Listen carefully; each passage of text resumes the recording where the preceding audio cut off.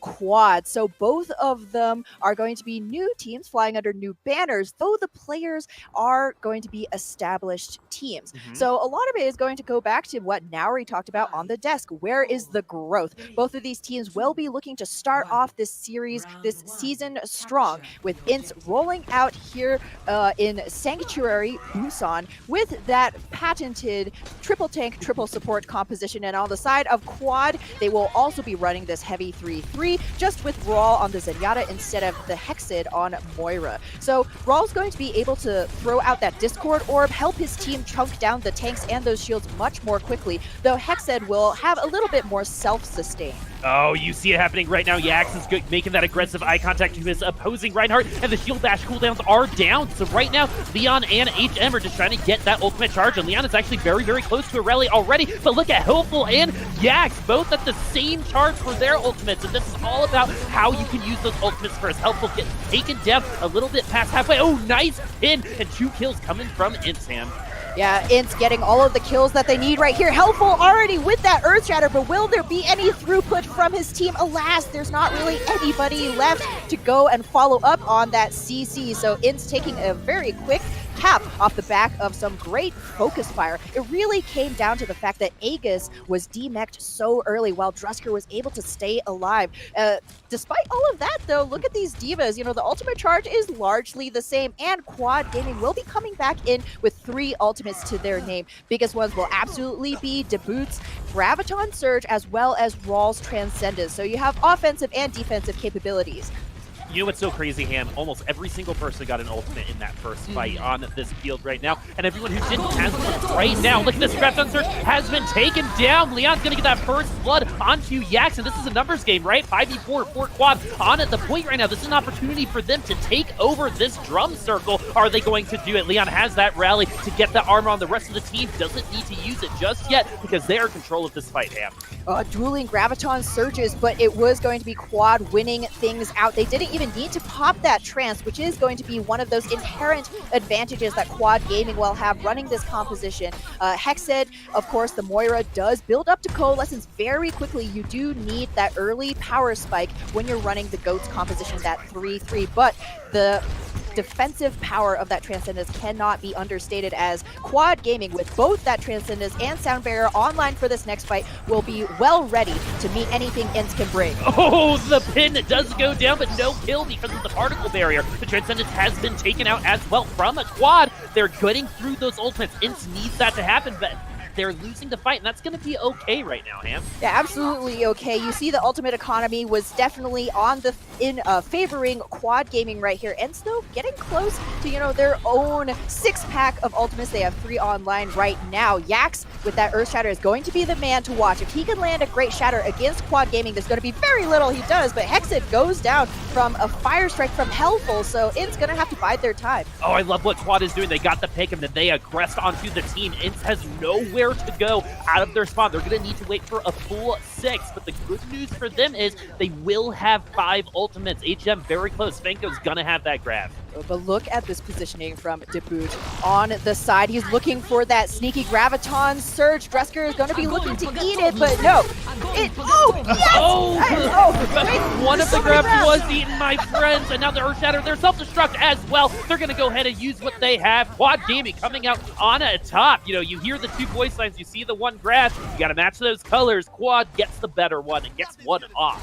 Mad value from Quad Gaming right there. An insane eat from Aegis, on fire and deservedly so. Now Hellful will have that Earth Shatter advantage over Yax. This main tank battle is so crucial right here. And INTZ, they have few seconds. Oh, that is what you call a fatty daddy, my friends. The Quad is going to take advantage of that. They have the kills and they have the point. This is looking so good. They just have to clean it up. Yeah, 1 less frog versus the world. Not going to be, feels bad, Cosma, but not going to be lasting too much longer, as Quad take a really dominant round 1. Yeah, winning 2 fights with an ultimate disadvantage. You don't see that very often, but they were able to play with they knew how INTZ was going to work, right? They knew exactly how they were going to come in here, and once Quad found an opening, they took it.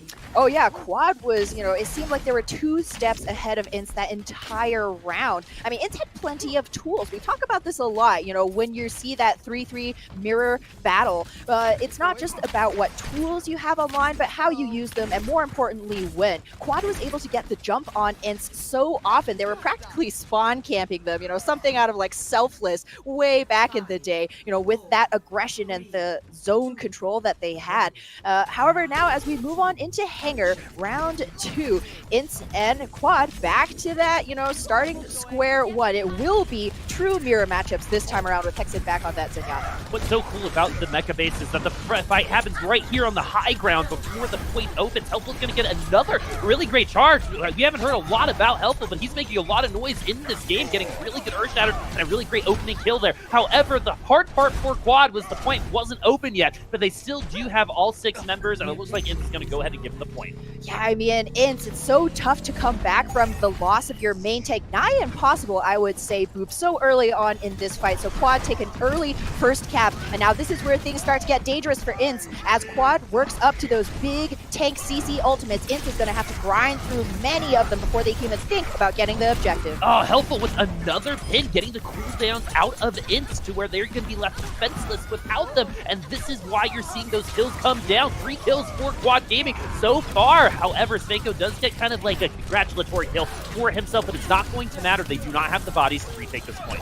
A small consolation over here. Drusker is going to be able to get back into mech as well, so INTZ do have a chance to re-engage fairly aggressively, but with that last stagger on Hexed, it's not going to be very likely. Svenko, though, will have the advantage, and he has the Graviton Surge and to boot, still, a few percentage points away. Of course, though, Ral will have that Transcendence online, so INTZ may well find this push stuffed as well. Helpful goes ahead and drops that Earth Shatter and another Graviton Surge from that Svenko. Are they going to be able to do anything about it? The Transcendence is going to say, no, you cannot. And actually, Quad is going to get the first kill of this fight. Another Graviton Surge from the belt right now. Self-Destruct's going to follow that up, get Hexed in at the end. Quad looking so strong right now. Absolutely, they have every answer for what INTZ is bringing to the table, and as we take a look at these ults, both teams largely drained, which is fine, as Quad still maintain hold of this point, and close to 75%, this is going to be INTZ's last chance to retake it, and they're going to be hanging all of their hopes on a D.Va self-destruct and maybe a sound barrier. Oh, Raul's going to get first blood in this fight on that Zenyatta. This means that INTZ doesn't have enough time to get back to this point. Drusker has self-destruct, but it's not going to matter. But I don't want them to give up. I want to see them try. We gotta see that try. This is South America. It's not over until it really is over. Kazma so close to that sound barrier as well. 2 seconds left. There is a D.Va present. Yeah, they made it to the point. Overtime league has started. Earth Shatter from Helpful. I didn't see how many people got there. It looks like 1 or 2. Aegis is going to get that first kill, but no, the D-Mech on it too. Aegis means they're 1 less tank, but another great charge from Helpful is going to put them ahead on the numbers game again. Sound barrier for instance only going to delay the departure of this train, as Quad is looking so good right now. The support players showing up on that kill feed so many times, and this means this is a full team game. Still in overtime. Quad needs to clean this up. Massive team effort right here will net Quad an early win on Busan, and they go up 1-0 versus INTZ. Wow, Quad looking clean. Yeah, man. Yeah, that was good. Wow. Yeah. I mean, because when we were doing this last season, Quad was under Nocturnes Gaming, and then they turned into looking for tanks, and then now they're Quad Gaming. And, the base of this team is still there, but I don't remember the last time I saw them play this well. And also some new additions. Helpful, very good. I mean, it is... Even at the pro level, it is a rare thing to see a Reinhardt connect with so many charges, and so many key charges as well. They weren't just repositioning charges, as I tell my teams in ranked all the time, but they converted into kills. That last charge kill onto the enemy Brigitte, a massive pick. Well, and they kept getting those first picks. The first kill every fight was from Quad Gaming. And again, something I say all the time is I believe in math. And 6 is greater than 5, and I like those numbers. Yeah, and I'm starting to believe in Helpful because, I mean, you really need that main tank. It's all about, when you're going up against another heavy tank composition, it's all about that zone control, right? And that's something that Reinhardt's do so well. Of course, Yax was playing on the Winston for a large portion of that last Hangar map, but as we check out this replay from Helpful, I mean, okay, it's him dying, but regardless, he had an amazing performance throughout the rest of both of those rounds, and it's so crucial. You have, I mean, as a backline player, you have so much more confidence when you know that your Reinhardt feels like he's always going to be in the advantageous position. Well, and the mental game is so important, and let's talk about that just a little bit. Quad seemed like they could just read exactly what INTZ was throwing at them like a book every single time. They'd studied and they read that game tape. Yeah, absolutely. And the focus fire as well, if we want to get down into the nitty-gritty, was just so on point for Quad Gaming throughout both of those rounds. You know, we saw many times where Aegis was, you know, getting taken quite low, but, you know, was able to retreat to the safety of his team, whereas unfortunately the same can't be said for some of the members of INTZ. You know, it always looked like even if Quad Gaming weren't necessarily going for the perfect target on the enemy team, the whole team was on the same page, and that added focus fire with everybody, you know, kind of reading from the same book, as you said, Boop, gave them such an edge. Yeah, it just seems like they can't get it all together, right? They're entering each fight with 5. They're getting taken advantage of. Who needs to step up at least a little bit now to give them a chance on this next map? I mean, the easy answer would be Yax. You know, you really need your Reinhardt to be playing with confidence, but when you're, you know, really getting bodied by the enemy team and you feel like every time you drop your shield, it's such a risk, it's really hard to, you know, kind of convert that into that confident, you know, engagement. Because as we take a look at this replay on Hangar, you know, oftentimes you go in with confidence and you just eat a shatter to the face. I don't even know if he was aiming for HM at that point in time with that charge. Such good stuff from Helpful. And I agree with you. Yax needs to step up. When we're talking about one Reinhardt, and if a Reinhardt's being dominant, that Reinhardt's on the winning team, right? And 9 times out of 10, that's exactly what's happening.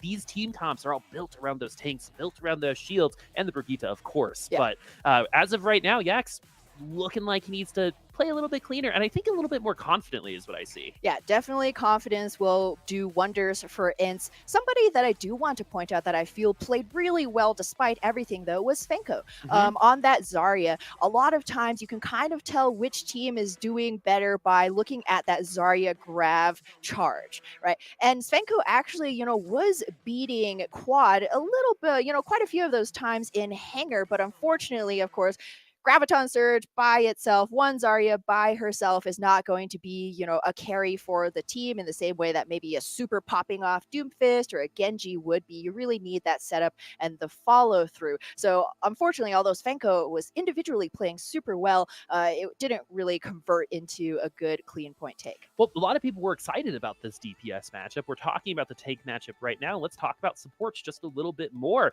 We saw them show up on the kill feed. I know sometimes just get the last hit, but Raul on that Zenyatta fragging out. Oh yeah, and the power of a fragging Zen, I believe we have all been indoctrinated to the powers of a fragging Zenyatta. If anybody has been watching Overwatch League, the Overwatch League, the premier, you know, tournament for the Overwatch. Yeah, the power of a fragging Zenyatta cannot be understated, because especially if you have a confident, a good main tank protecting your backline, you're basically firing out all of that damage for free. And you know, when it comes down to those supports, there are those small nuances in the different kinds of 3-3 compositions that we may be seeing run. With the Zenyatta, you have that added focus fire, right? There's a purple balloon telling everybody on your team, we're shooting at this person right now. Of course, though, with a Moira that we saw INTZ seem to prefer to run, you do have that very early power spike in the coalescence as Moira charges her ult very quickly. Of course, also not vulnerable to being dove, but you don't have that shield piercing ability, which, you know, didn't really help out INTZ in this case. Yeah, and something that I would like to see from INTZ is last season, they were kind of our stereotypical, it ain't over until it's over. You've seen them come back from 3 people down, no supports, just 3 DPS, sometimes a Doomfist, sometimes a Mei, but they brought it back so many times, right? we need to see that going forward here because, I mean, that was kind of like their shtick back then. Oh yeah, certainly, Boop. The aggression and the interesting hero compositions.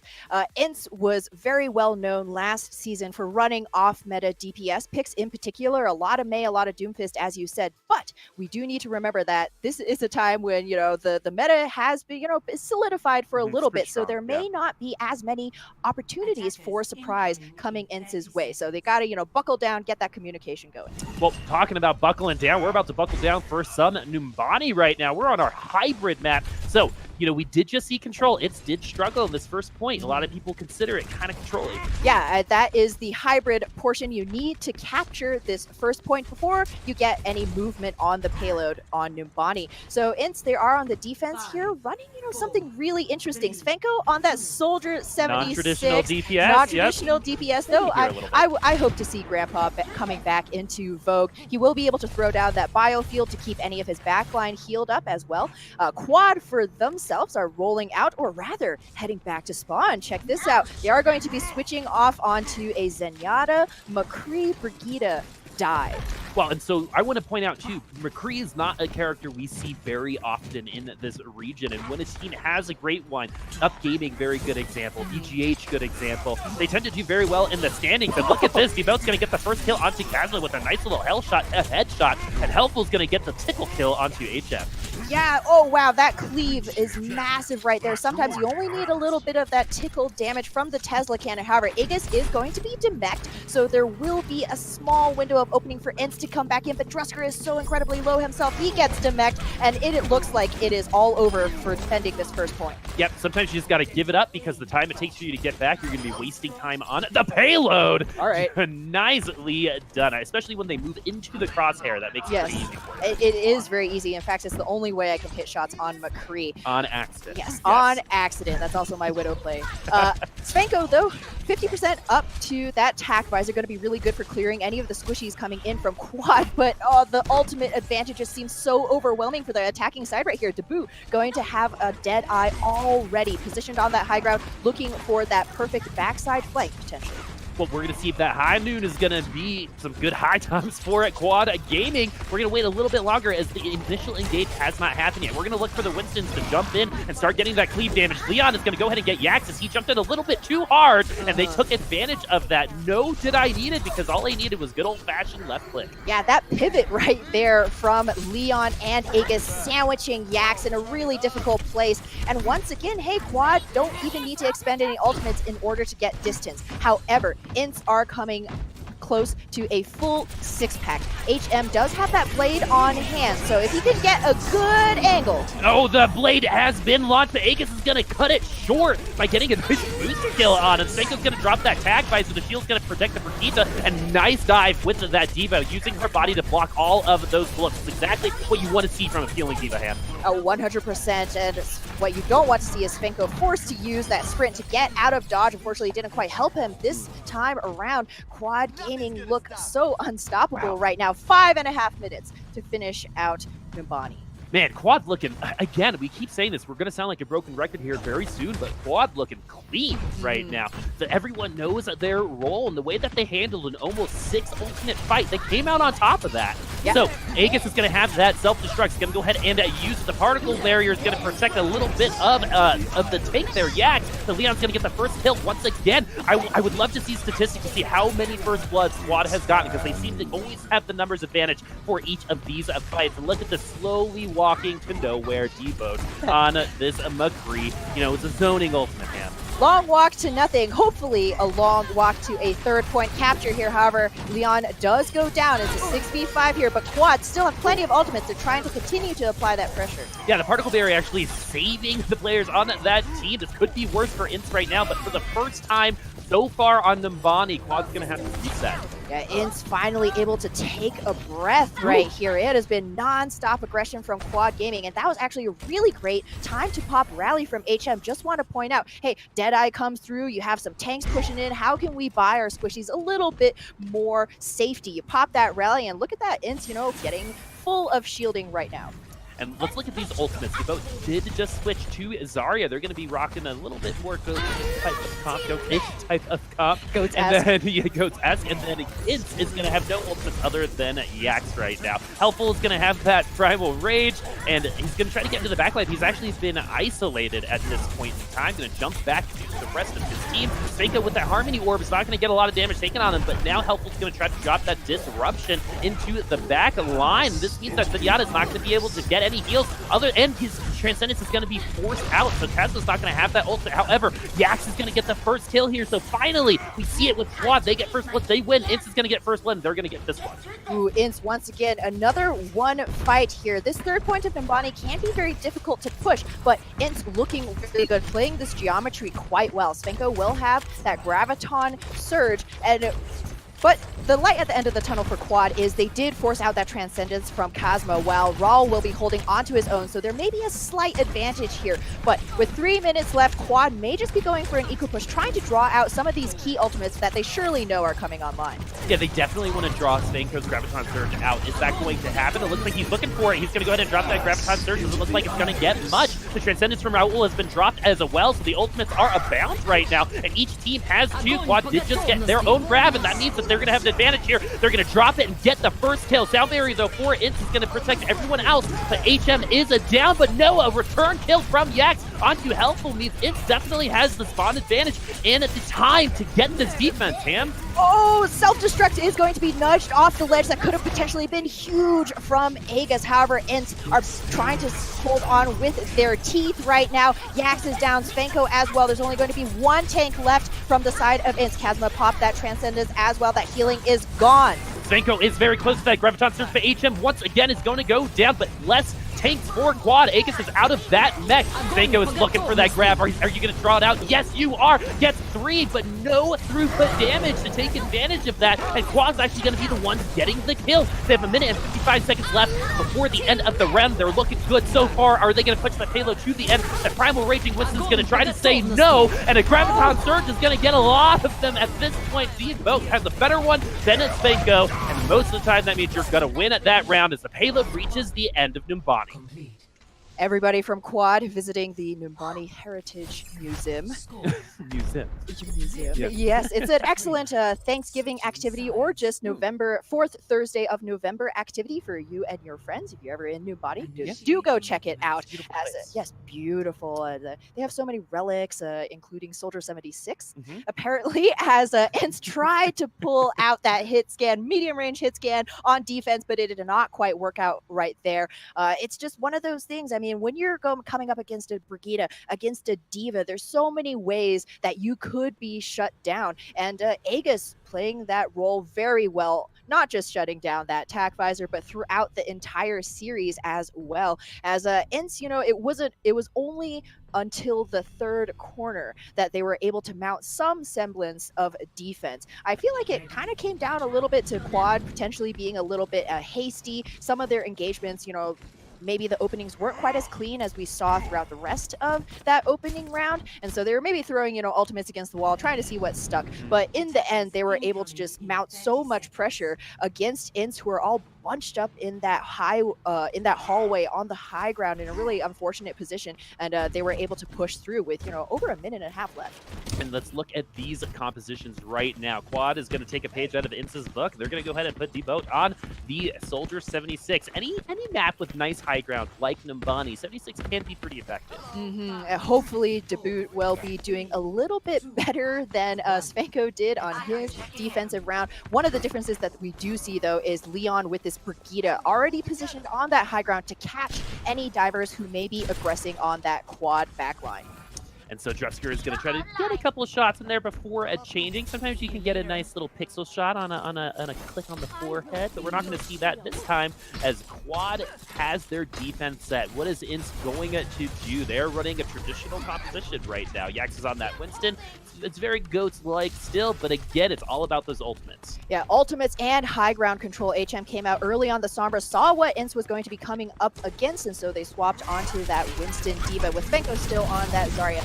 High ground engagement. Yeah, and Yax is going to jump into the back line. Dresser taken out of the mech already. Aegis taken very low as well, so they're going to be able to T-mech both of them. This is an even fight, and that's exactly what we're going to see. However, T-Boat is going to have some great tracking and get the kill onto Yax, and already 3/4 of the way on his tack visor. Does a little bit better than Svenko on INTZ, and Quad's going to get this defense.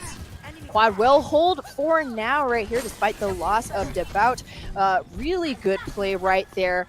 Everybody on the same page, rebuffing Yax, and Leon dropping onto the low ground to provide a little bit more of that point pressure, just warding everybody away when they inevitably fall off of the high ground onto the objective itself. And he will have earned a rally for his troubles here, so that's going to be a huge advantage for Quad in this next fight. HM still a few seconds away from his own there.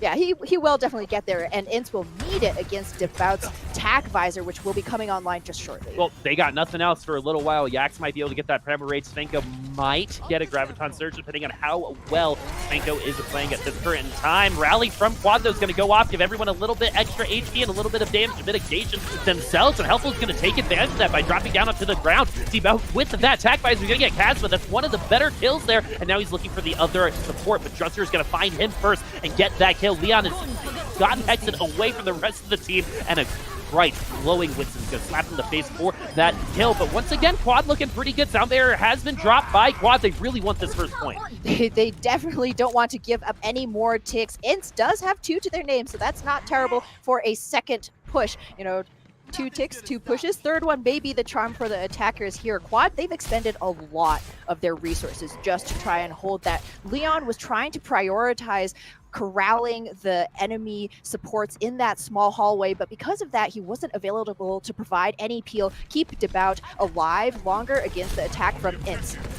All right, so we're going to see Yax try to get into that backline. Once again, Raul is going to be the one that's getting that cleave damage, but it's not going to be enough to get the kill. Self-destruct is off and gets HM, and this point is still contested, folks. Quad still is defending this. It's going to be able to break through. Doesn't look like it's going to happen right now. With a little bit more than a minute left, there is definitely a possibility for them to come back and grab this one more time, as they only need 1 to tick. Quad with that rally is going to try to get everybody except for Helpful, but now it's the time bank that's going to give in some trouble.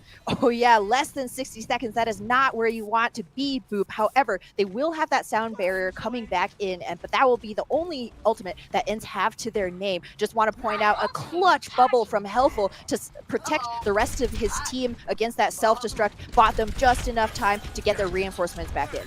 We're in the last fight on a point A for INTZ. They have to get it if they want to win at this map and even this up 1-1. Quad, though, has seemed to be a little bit dominant. Sound barrier, though, on INTZ means that they are going to go ahead and engage themselves. They are going to be the aggressors. They will take this themselves. Svenko with that initial D-mech. But however, Leon getting the kill onto Kazma can prove to be huge for them. The tack visor has been dropped. Is it going to get any kills? It doesn't look like, but as of right now, it's just been a trade. Graviton Surge, though, is going to get the rest of Quad Gaming. And finally, for the first time all round, INTZ is looking like they might take this point. Ooh, it was unfortunate. Devout got knocked off of the high ground before he could pop that tack visor, so he was already at a verticality disadvantage shooting from the street. So it was no problem for Yax to drop that Winston bubble, protect the rest of his team. HM with his shield up, there was no way that attack visor could cut through that either. So INTZ finally getting a little bit of progress here. However, continuing that payload movement throughout Streets phase is going to be a little bit tough. They do have Drusker's self-destruct that could clear out quite a bit of space here, as we see Yax on the high ground already scouting. There's no Sombra on, but he will know the positioning of the defenders heading back in. Aegis is going to have a self-destruct of his own. Yax is going to try to get into the back line, and everyone's going to try to protect them as well. Self-destruct is going to come out first from a Quad Gaming. Helpful still going to have that Primal Rage if they need it. Oh, but now a Transcendence from Hexen means that they're going to try to get this payload to the second point. Rally going down as well from Leon. It's going to give Quad Gaming a little extra HP, and a delay on this little street side there, I think, might have caused Leon on Aegis to get the self-destruct damage onto them. T-Belt once again going down. He seems to be pretty streaky. He's on a slower phase right now. Drusker taken very, very low, but it doesn't seem to matter as INTZ has a full 6 right now on the payload. That was a beautiful self-destruct placement from Drusker right there, and unfortunately Leon potentially looking at the monkey in his face rather than behind his head, got caught out by that, and unfortunately Quad were forced to give up that fight as lost. And INTZ looking poised to continue this snowball here. Svenko's going to have that Graviton Surge. Yax ready with that Primal Rage as well. Yep, 2 minutes and 30 seconds to grab the third point. Raul, though, going to get the first kill, and once again, if Quad gets that first kill, very rarely do we see INTZ try to aggress upon that. Oh no, INTZ going to bide their time here. They still have about 2.5 minutes, but that is a painful stagger. Debao able to pick out Hexed, who is so close to his transcendence. Not only that, but it's simply just not a generally good practice to push without your full 6, so INTZ gonna wait for their Zenyatta to respawn and then push back into Quad, who has now swapped Helpful onto that Reinhardt to provide a little bit more of that static shielding around that tough third corner. Yeah, played Reinhardt very, very well on Busan. Is he going to be able to replicate that here on Numbani? Well, we won't know until we actually find out. Self-destruct is out. The shield is enough. Sound barrier is out as well for Quad Gaming. They have no more ultimates available. Now it is INTZ's turn to use those ultimates. Are they going to be able to confirm any of those kills? Hexed's going to use that Transcendence. Yax does get the DMAX. This is looking good, actually, for both teams right now. No one has died. Earthshatter goes down. I don't believe gets anybody, and Yax is going to get that kill onto Leon. You see all those plus signs. That means this is a barn burner of a fight, my friends. This can go either way, but the 1v1s are actually going for INTZ right now. The focus is a little bit better for them, but they already have less time than Quad on the clock. Ooh, but Svanko glowing with the power of 1,000 suns, lasering faces off of Quad. Actually, just want to point out HM shield bashing the enemy D.Va to try and set up that Graviton Surge, get rid of that defense matrix. It didn't work out that time, but Svanko's going to have yet another grab to try for third. Yeah, INTZ still has an ultimate advantage. They can totally finish this map right here, right now. Graviton Surge is out, and they're going to try their darndest to make sure that happens. 4.5 kills for INTZ Gaming. However, does Quad have the time? Do they have the time to get back onto this payload? They're going to pray for it. Ponchi is one of the first ones out of spawn right here. Graviton Surge from Devote. Gonna be a little bit too late. You gotta put your body on it, not just your abilities. And what seemed like a point A hold from Quad, we're at 3-3 right now. Ooh, I really like this. This is a, we were talking before this matchup. We were saying INTZ and Quad, this is going to go down to the wire. These are two very competitively placed teams against each other, and INTZ really showing that right now, able to claw back to their own Numbani finish. Well, and in the grand scheme of things, I know that we're in week 1, but the way that these groups have worked out, a team like INTZ and Quad, they have to beat each other if they want to make those playoffs. Last year, Breakdown showed you can go from open division and challenge Isurus Gaming in the playoffs. Quad and INTZ are going to try to replicate that, go from relegation into playoffs, and right now they're both looking pretty good. However, Quad seems to be, rocking it on that offense, and INTZ's defense. What do you think of it so far? I would agree right there. Quad really seems to be excelling when they have the chance to dictate that fight tempo, when they can have the opportunity to be the aggressors. Maybe it's just, a little bit of lack of comfort or potentially, but it seemed like they were on much less certain footing coming up against INTZ here in Numbani. Of course, that could also be chalked up to the fact that INTZ now have a map under their fingers. They're warmed up, they're ready to hit those shots, hopefully, as it looks like INTZ may be rolling out with a double hit scan? You never know. HM on the Hanzo is potentially a little bit more likely. I think we were going to try to see that Widowmaker try to get a couple pot shots, and now we're into that enabling McCree comp, right? We talked about how if you have a good McCree, you got to rock it. Svanko is one of those TPS players that has a pocket McCree. Let's see if he's going to be able to use it more like Pocket Sand rather than Lynch, right? Exactly. I would prefer Pocket Sand over a Lynch myself. Svanko, though, going to try to get that damage on. It's making some connections, but none of those are headshots. You need those headshots to get to that Deadeye, and right now the point has been contested. So some people are on the lower ground right now, and the tanks up Quad are trying to take advantage of that and get the damage in there. But right now, we're just kind of seeing each other, watching each other. Who is going to make the first move? It's gonna have to be INTZ, as Aegis does get D-Mech. That's a good first play right there. However, Aegis was really close to getting back into that mech himself, so it might come back. Svanko, though, does get to that Deadeye, does get those 2 kills, and now they have the numbers for this first point. They got to get the whole thing. They want to get at least a tick. We are there right now. Are they going to get a second one? It looks like they will. Quad is going to give this point up, as Devoto is going to try to come back here. He has his own high noon of himself. We got some electric cowboy action, but it's not going to work, as INTZ is going to grab this point, man. Woo, that was a lot of Bupasaurus talk. Oh, no, absolutely. It was a lot of fighting going out. Non-stop action right here as INTZ rolled onto the point and did not give up that pressure. There's 2 Brigidas on the field, and HM is going to be the one that has the rally on hand. Of course, though, Devout will have that high noon. A little bit, interesting that Raul chose to use the nano boost on the McCree of all people when there were only a couple of defenders left on the side of Quad. Would have been really great to see that go onto a Winston potentially, take a little bit of space, set up your McCree for this Streets phase. Well, now we're here on a Streets phase, 4 points overtime, so this is one fight territory. If INTZ loses any of these fights, it won't matter. Really good grenade going on to INTZ. He's going to actually make sure that some of that Transcendence healing doesn't go down. High noon onto Yax, though. This is a 6v5 on the points. Self-destruct gets nothing. Quad looking very, very good. They got a full 6 against Quad's 4. They got all 6 in that sound barrier. INTZ Gaming struggling right now. 2 ultimates were down on dead players. They weren't able to use them. Are they going to have enough time to come back here? They might, as Yax... Oh, they do not. Yax So dropped that Primal Rage to come back. Not enough time to get to the payload. Just by, the skin of their teeth, INTZ not able to continue that overtime push. Quad, doing quite well here. It looked like they were just a little bit caught off guard by INTZ's aggression, rolling out with that same Brigida McCree setup to match up against Leon and Debut, which we didn't see, of course, in their initial attacking round. So, Quad Gaming, once it got to that Streets phase, it looked like, they were ready, they were aware of who and what they were coming up against, and they were able to take that space, take that one win they needed to push INTZ off of the payload. And this is actually really exciting. We touted Svenko. We've touted him a lot. He's got a pocket McCree. He can play DPS. We saw him at 76, but now he is on the character we know him on, and that is that Doomfist. That's right. So excited to see some disruption action coming through HM with that Sombra, Svenko with that patented Misto Fisto.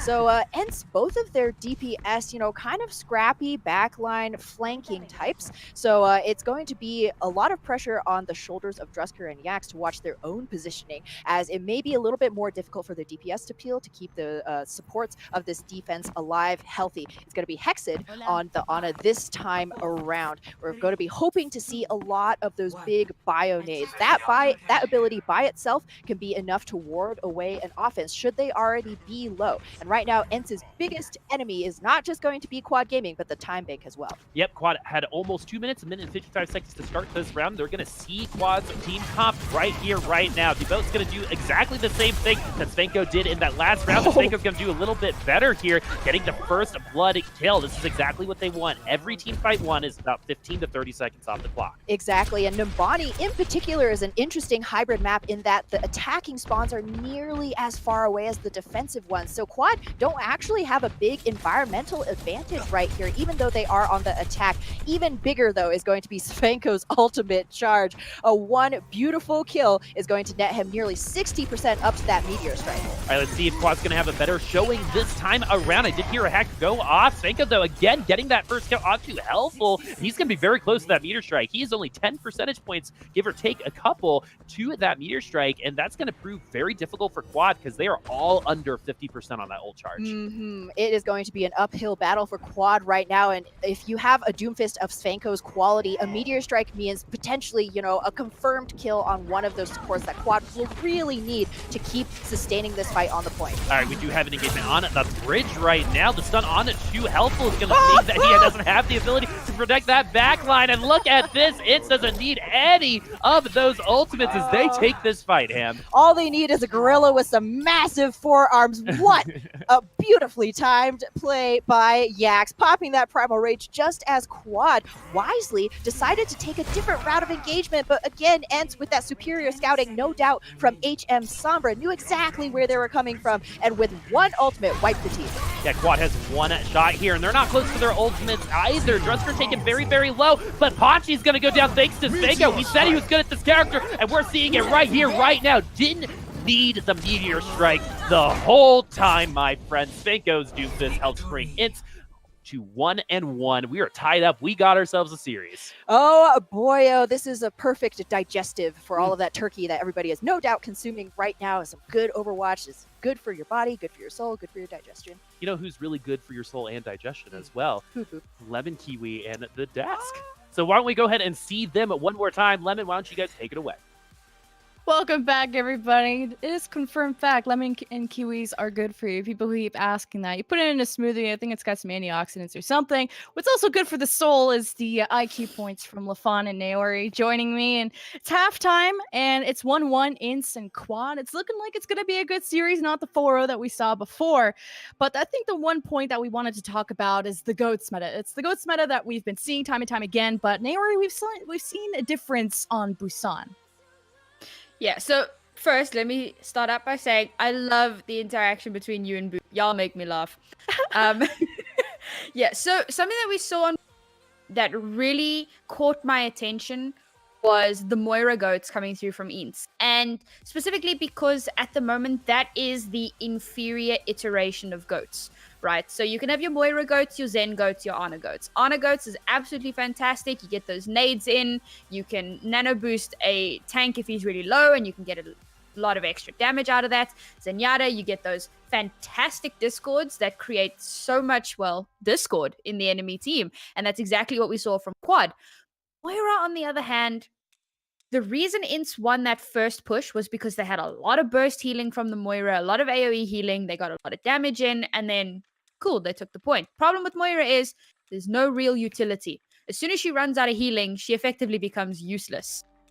So all they needed to do was wait for Moira to run out of healing, really. They came back, they knew what they needed to do, they focused down targets, and their goats won out because, simply put, they were running the superior form of goats. In fact, Zenyatta is arguably the most superior iteration of goats. So if you're going to be running that composition, you don't want to be running the Moira. It's not as good. Well, Zen Goats did prevail there for Quad, who took Busan, and I think we got mixed up with our rosters a little bit because we thought Don Cosmundo was coming in as the main tank, and it turns out that it was Helpful that came in, and we were talking on the desk about how aggressive his Reinhardt was, especially on Busan.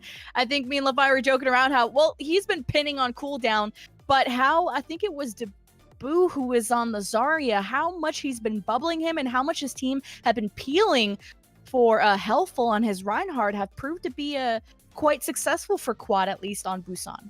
I mean, yeah, it's a main tank doing not main tank things, or more correctly, it's a main tank taking control by being the presence which you have to play around. And on Busan, it really sort of filtered around Helpful. The Earth Shatters were good, the pins were good fire strikes. They were just basically pulling all the attention from INTZ. Like if you're saying, I'm here, notice me, you have to deal with me. And they didn't, and so they ended up losing Busan pretty handily. Actually, I think would be scoreline notwithstanding.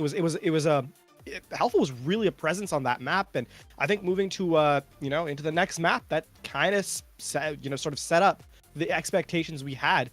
I think for one thing we highlighted, I think in some of our notes, is that these two teams have been playing aggressively into aggression. So it's not like both teams are, one team's playing passively, one team's playing aggressively. Both teams are playing very aggressively, and right now, the team that is enabling their tank to be aggressive has won each map.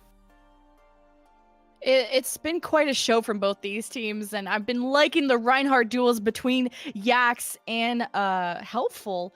But Naori, we were kind of confused looking at the quad roster because now Agus, who was listed as a DPS player, he played DPS last season. That's what he was known for. We were talking about Agus and Godman, how they be together. Now you have Godman not playing, and you have Agus on off tank. What do you think of that?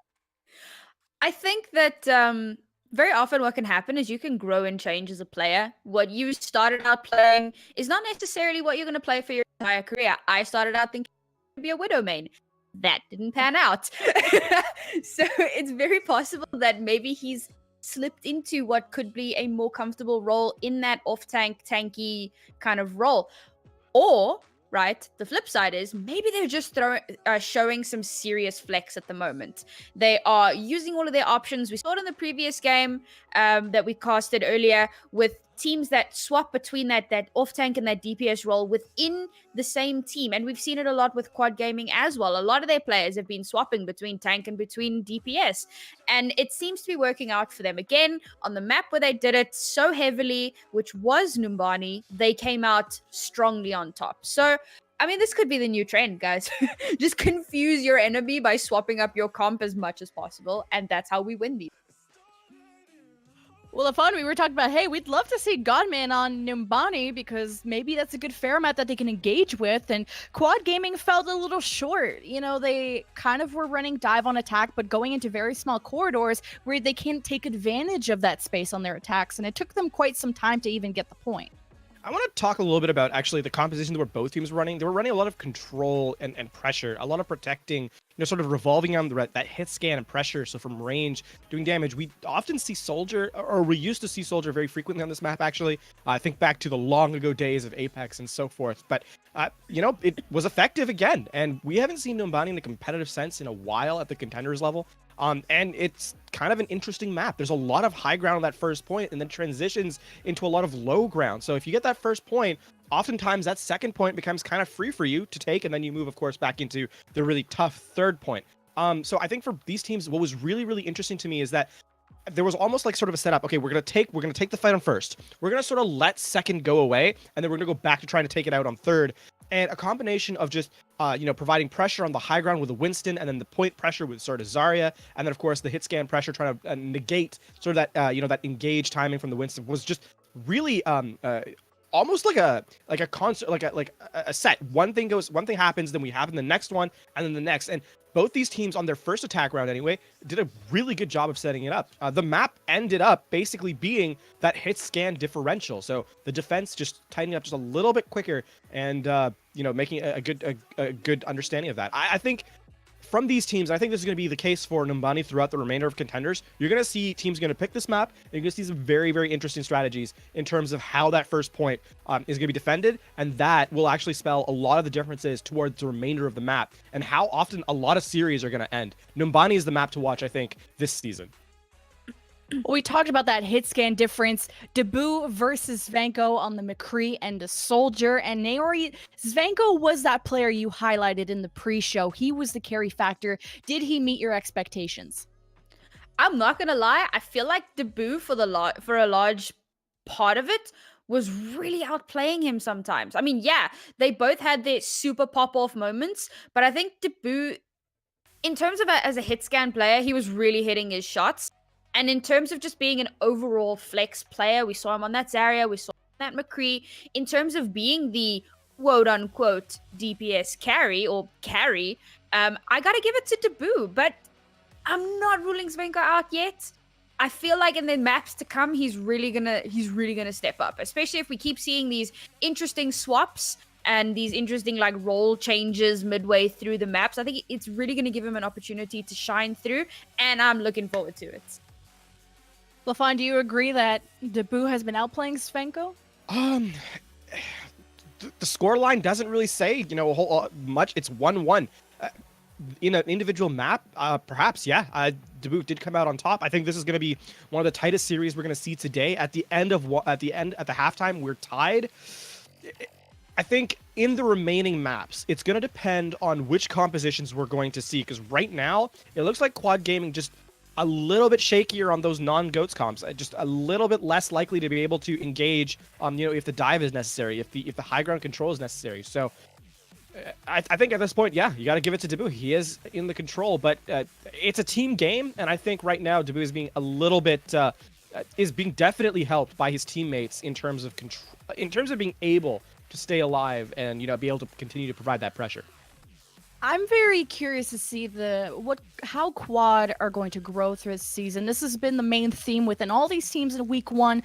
We got to compare what they start with and what they end with, and if they deserve the result that they end up with at the end. How much can they improve with so little time that you have in Contenders? Because now Quad, they have Leon, Godman, Ram as their three DPS players. How are they going to rotate their roles around? Speaking of composition that you brought up, Lafon, it seems that Leon, that we've been seeing his Tracer last season, he's now mainly just playing Brigitte. He's trying to protect his tanks and enable his tanks more. I'm curious to see where the series is going to end up, and I'm curious about you guys' thoughts. Naori, I'll start with you. What are your predictions on how the series will end?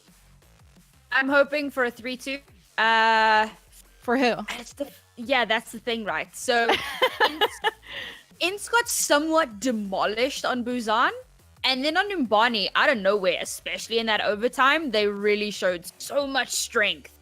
I think I'm gonna go with the potential underdogs of INTZ. Come on, guys. Let's do it. Let's rally. Okay. Well, Fawn, what's your take? Oh, this one's tough. I think it depends on how map pick goes. So for now, considering where we are in the series, you got to give it to Quad. They do seem to have map pick opportunity. It's gonna be a really close matchup, but I think this one ends 3-1 with Quad. Oh, think you're 3-1 wrong. with Quad, and Naori thinks INTZ. We will be going into Assault shortly, where their choices are Hanamura or Horizon. And let's just quickly touch on what could you guys, Lafon, what could you expect Quad to run to be able to take a map like Assault? Goats. Goats it up? That's what the that's consensus? probably what they're gonna run. But both maps you can run that 3-3 composition. I would not be surprised to see it at all. But also Yeah, that 100%. we saw Quad win their first map using out-goatsing INTZ. Do you agree, Naori, that Goats is the way to go? Goats is 100% the way to go, in theory. So what INTZ needs to do now is make sure that they're running the correct goats. If they're running the incorrect goats, then I feel really sorry for my own prediction. But only time will tell. Hopefully these teams will show us a good show. Well, let's go into our map of Assault between INTZ and Quad Gaming. We're going to send it over to our casters, Boop and Ham. Take it away. Hello, everyone, and welcome back to the Boop NATO. We have INTZ and Quad Gaming going to Assault. We don't quite know where they're going, but they're going to go to Hanamura or Lunar Horizon Colony. Where are you hoping we go? I'm actually, have a little bit of a hankering for Horizon. It's been a long time since we've seen that map. And, when we first saw it, I felt like, it was like so fresh and so new. We saw weird things, maze, Faras, and at this point, the teams have had quite a bit of time to digest, the map, figure out kind of the best practices, where they really like to engage, where you can be sneaky, where you can get away with some, strange picks. But yeah, Goats could be very strong there. I'm hoping to see, not a Moira on the field. I gotta agree with Naori. The key to success for INTZ is probably in a Zenyatta or an Ana. Yeah, Hexed seemed to be like almost pigeonholed. It was like running a marathon with 2 broken kneecaps, right? It's like that's kind of you don't want to do that. You would be butt scooching a marathon with 2 broken kneecaps. I feel so. Anything is possible, and if that's what playing Moira and Goats is like, that's what it's Yeah, like. it's a rough. little bit of an over exaggeration, but it looks like we're gonna go to Hanamura. Yeah, so no Lunar Horizon Colony, but we're definitely gonna see Goats here, most likely. Yes. Definitely, most likely. Definitely, Yeah. most likely. 60% of the time, it works every time. Yep.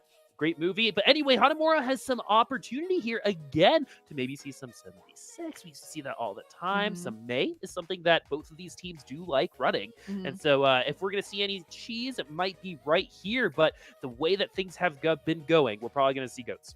Very likely Goats, or some kind of classic dive. BGH earlier in the first series of today ran some Genji. That's also a really good hero for maps like this when you need some kind of ultimate finishing combo, some finishing a blade to clear out the last point of Hanamura, say. Actually, something that I think we might just see is Symmetra.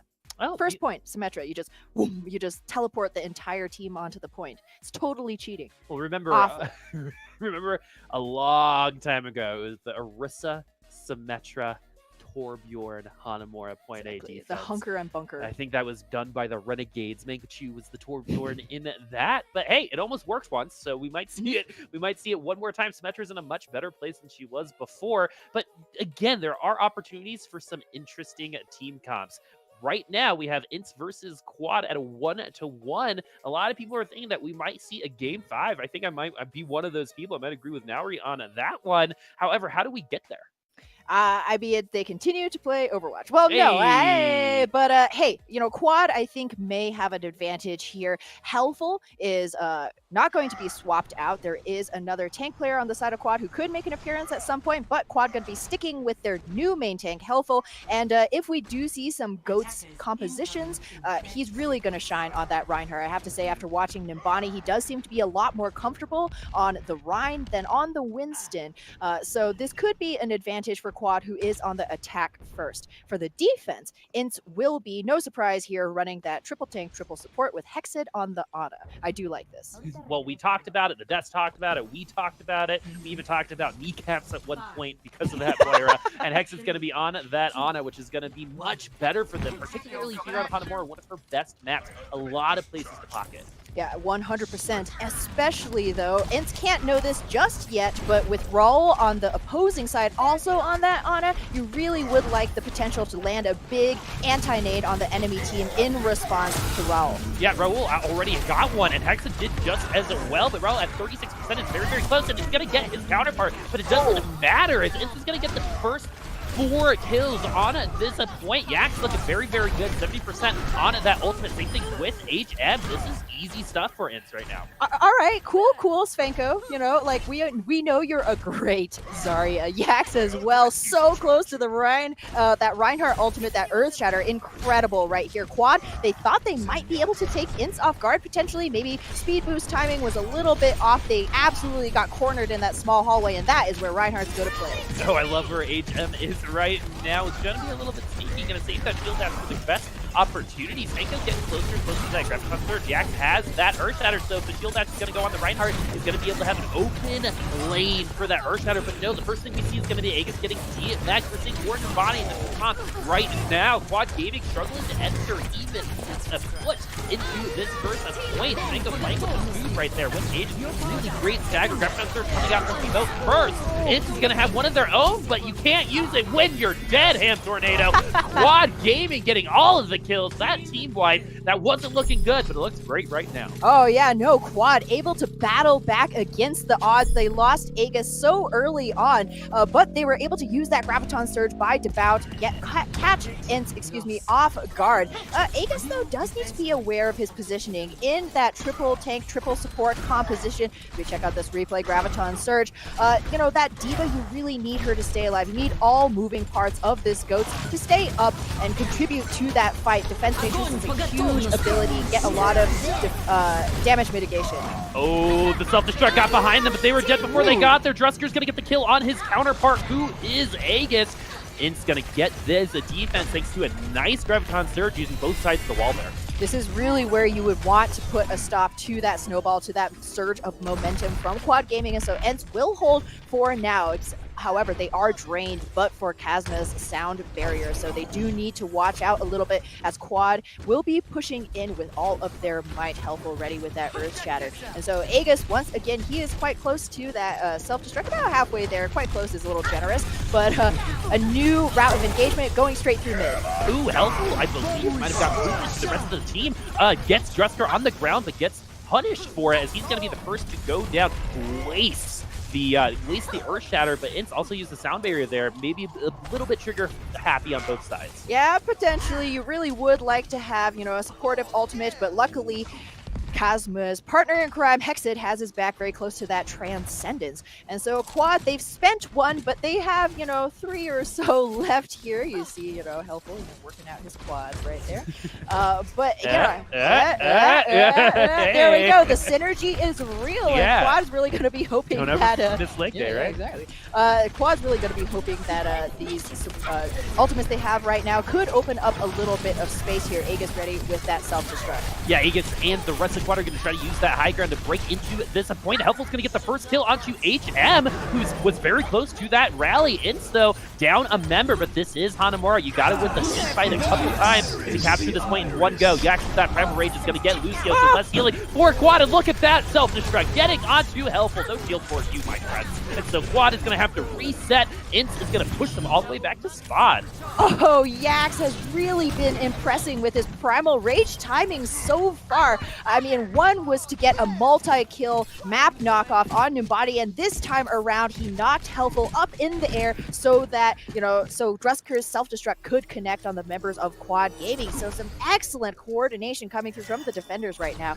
HM gonna have yet another rally, always a good thing to have on hand. Svenko ready with that Graviton Surge, but of course, you know, Quad do have their own ultimates as well. Devout ready with his own grab. So far, both of the Zaryas have been kind of, you know, very much on the same page in terms of pressing that Q. So it may well come down to the throughput afterwards. Let's see if that's going to be there, and any kills are going to be confirmed. The Graviton Surge is going to be thrown out from INTZ. Devote's going to keep his. He is slept right now, though, so they're going to have to wait a little bit longer. The support is there for Quad Gaming. They're really looking for this Graviton Surge to hit. Is it going to? When are you going to press that Q? It's got to be very soon, my friend. You've got to get this point. No ticks available for Quad Gaming just yet, but they still have that Graviton Surge. They've taken a lot of space onto the objective right now, especially with Ponchi getting the kill on it too. Yax, great tracking from a Devo right now, and the energy is pretty high as well. The Graviton Surge was finally thrown out. Didn't get anybody, but it doesn't look like they needed to, as Quad Gaming is getting the kills. The question now is INTZ going to have enough time to get back? Yax has the Primal Rage. The answer is yes.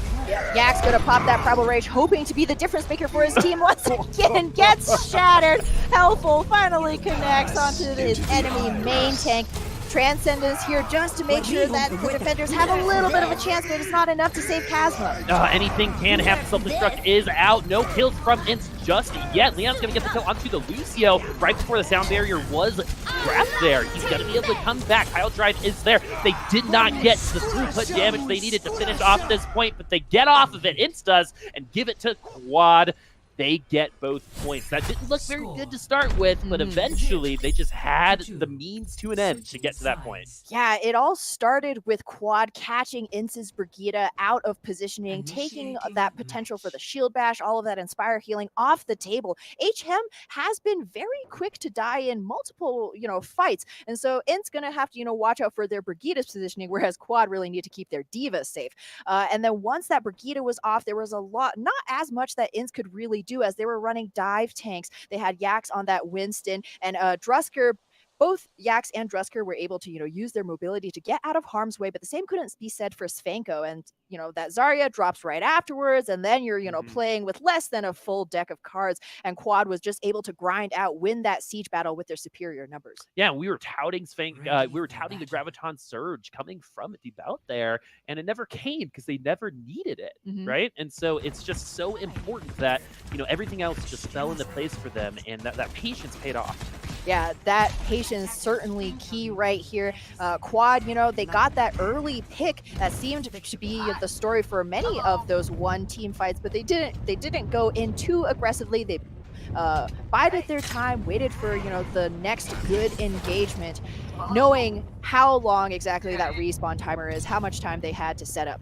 Let's look at these team comps. We know what Quad is going to be repping, and Aegis is not going to be on that D.Va. Leon is going to be on it, and let's see how this pile driving Hammond is going to do. The gates are open. INTZ is looking like they're going to be using this Hanzo, not just for vision. No, he's stepping back. He's going to change, and they're going to go probably do more traditional combat for that. Yeah, very likely. HM may stick with this summer. This is one of the heroes that he has in his back pocket. Nope, it's going to be back onto that Goats-esque composition. Yax on that Winston for a little bit extra mobility, going to dive onto the point, no doubt. Apply a little bit of pressure here.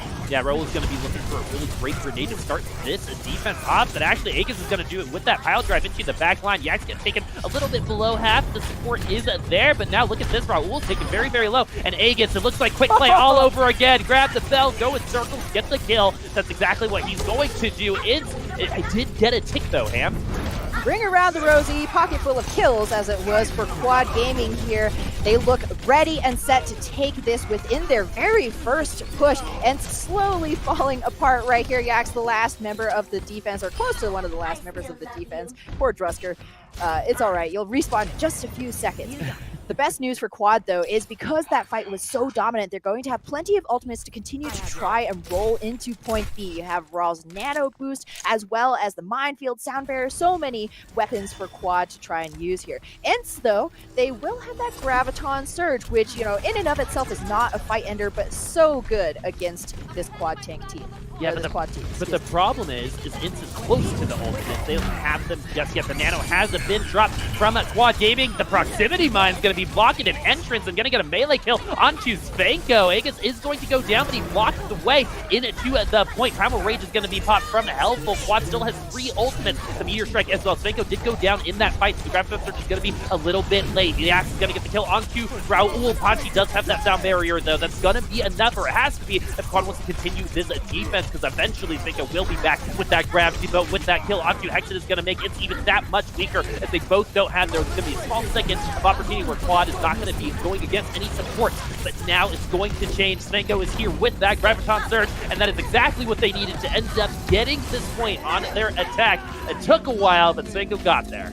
Yes, like you say, Boop, I believe in math. Superior numbers, superior ultimates as well here. Graviton Surge, the cherry on top, is especially good to throw out towards the ends of those fights when nobody from the enemy team is really paying attention to their positioning. They may have already expended all of their cooldowns, so they're not going to be very well protected. However, that does mean that Ent's going to be coming into point B, largely running on empty. The only thing closed will be HM's rally. Quad, though, the same could be said for the defenders. It's going to have to come down to some plain old vanilla Overwatch. HM is going to jump from the high ground. The pile drive is there from Aegis. The Hex is going to get that first kill. The DMAC onto Drusker could be enough for Quad and INTZ defense. They need that body. It needs that body to walk in here. However, Drusker does get the mech right back. So really good maybe right there to be able to do that. Proximity mines in the middle of the objective right now. Aegis is going to go down. Quad not looking very strong on this defense just yet. The ultimates weren't there. Leon is going to have to use that to get back into that mech. Very, very close to that self-destruct, but right now we're going to see the staggers coming. The way that defense works here on Hanamura is they're going to have to get them all at once. If one person is alive, that could delay the departure of the victory for this point. However, HM's going to do the best he can to get the team on his whip and get them down and go back to spawn. HM's going to get a third kill in this fight right now. It's looking very, very good. 4 minutes and 20 seconds left on the clock. Hex is going to drop that Transcendence. They don't have that second tick just yet. Really good stall coming from Quad. Yeah, absolutely. The defense recon was so incredibly close. Leon going to pop that self-destruct as well, but no! Take it down before he can remake. That's devastating. However, Helpful is now back into the fight. He has the primal race to try and stall things out, but Ints are coming very close to their own Graviton Surge. Will Svenko be able to help his team seal the deal once again?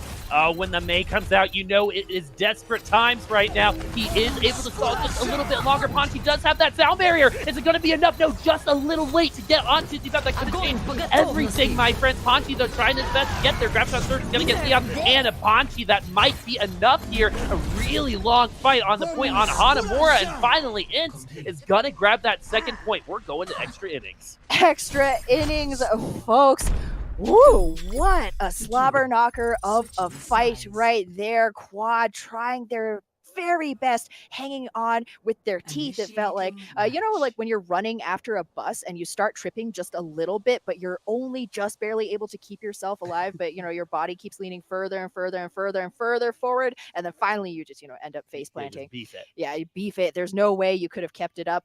It was a little bit of that story for Quad Gaming right there, but hey, I mean, you're going into extra innings. You yourself have a pretty impressive time bank, 2 minutes, 10 seconds right here. So it's all about, making sure that the enemy team has as little advantage as possible.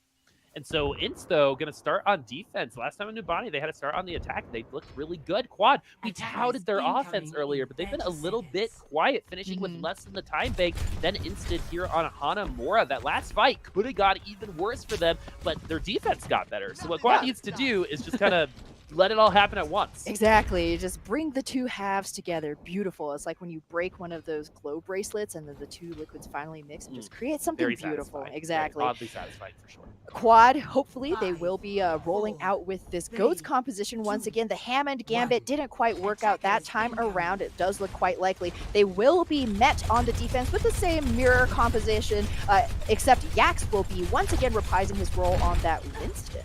So again, this is a really good litmus test for both of these teams. We say they're evenly matched. We're seeing it right now. The victor is going to be well positioned, even though it's week 1 for the playoffs. So let's see who's going to be able to take that. But first, we got to finish Hanamura. We're under 2 minutes now for Quad Gaming. We got our first DMAC, and that is up to Aegis. Yax is in the back line, tickling exactly who he is, who is Raul on that Zenyatta. Quad is going to be forced to reset. Yax has really come alive these last 2 rounds. Oh, 100%. This is a guy, despite his name, who loves gorillas.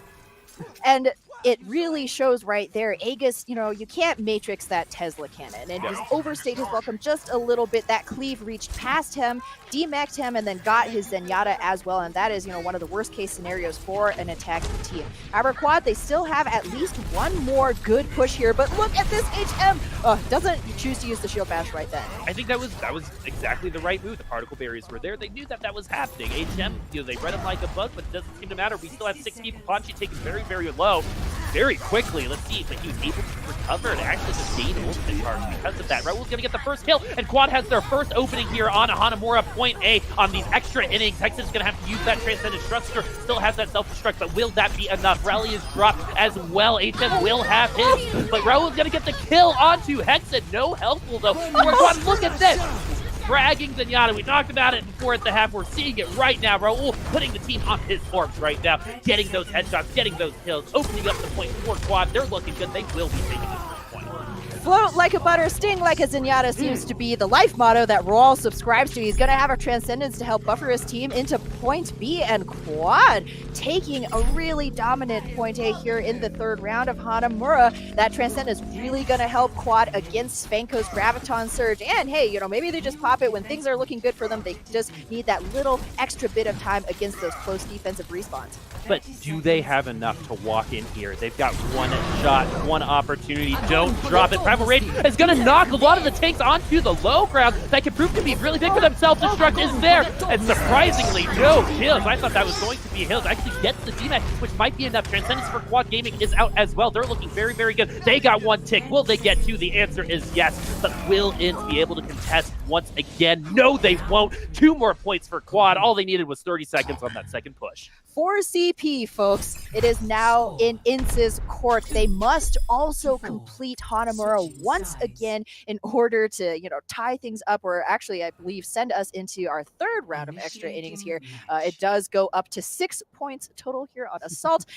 But, INTZ do have, it is going to be some, pressure on their hearts. They know they can't just get that, pretty comfortable point A. Hanamura point A is usually, a point that you figure is going to be given up as, eventually. One of the easier ones. Yeah, one of the easier ones. But you do have to also secure that point B, which can be much more difficult. You need a lot of momentum. You need good positioning. And most importantly, you need that ultimate bank. Well, and something that might end up haunting them in the end is that 6.5 seconds left to Quad. So if they finish this map with no time, INTZ will not get an opportunity to attack again.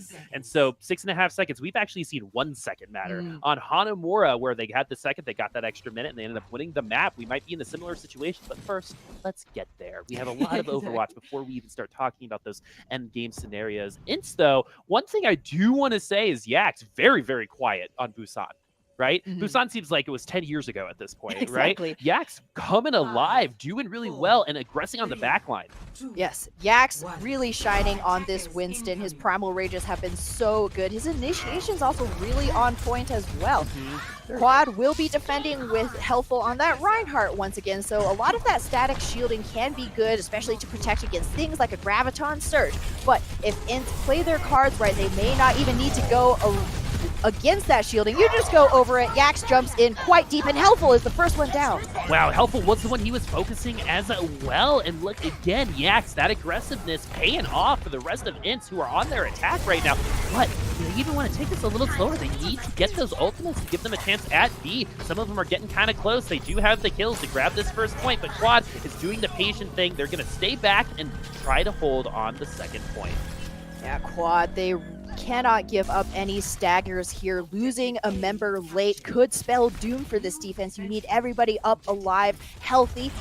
Devout on this Zarya, close to that, about halfway to that Graviton Surge, but more importantly, he just died. So, lost all of that charge. So, facing Svenko, he's going to be at a distinct disadvantage. Yeah, Isham was able to pop the rally before this engagement right here, but with the Transcendence on Raul, there's going to be an opportunity for Quad to get that defense. There still is 2 minutes and 53 seconds on the clock for INTZ. They're looking pretty right now, getting the kills. Helpful down. Leon is a down. And again, this is a numbers game. Graviton Surge coming from Quad Gaming first. Gets almost every single member of INTZ, but there's no follow-up. There wasn't a self-destruct available. Aegis will get DMX here in just 1 second, and it looks like we're going to be able to get to more rounds of Hanamura as INTZ walks through on the first push on both points. Oh, clairvoyance, Boop. It looks all but inevitable that INTZ will finish out Hanamura as well. Devout now on this desperation. Tracer does touch the point, but alas, not enough blinks to get back in and keep Quad alive. Whew. Round 4 complete, and now the timing is so important on this time bank. 6.5 seconds looked pretty good earlier because you're on 4 points, but right now 3 minutes 14 versus 1 minute.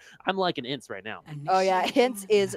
I would definitely be buying INTZ's stock right now. They're on the up and up bullish here. Yes, exactly. Yes. It's a good market right now for teams in green right here as we check out this. Particularly those with more time. Yes, particularly that is the key factor. More time. But yeah, Yax really showing up. Here's Svenko as well. Once again, we know this guy plays a very capable Zarya, who certainly showed it in that last round. Quad, they've lost a little bit of their mojo right here. It's been a long, grindy assault map, and maybe the communication is just not quite there. We see Helpful going down early in a lot of these fights. And just like what happened with INTZ on Nimbani, seems to be happening to Quad in this in Hanamura. They really need to be providing potentially a little bit more resource to Helpful to keep that Reinhardt healthy, alive. And to that end, we may see Raw come out on the Moira. The first time that Quad has actually run this support hero, I believe.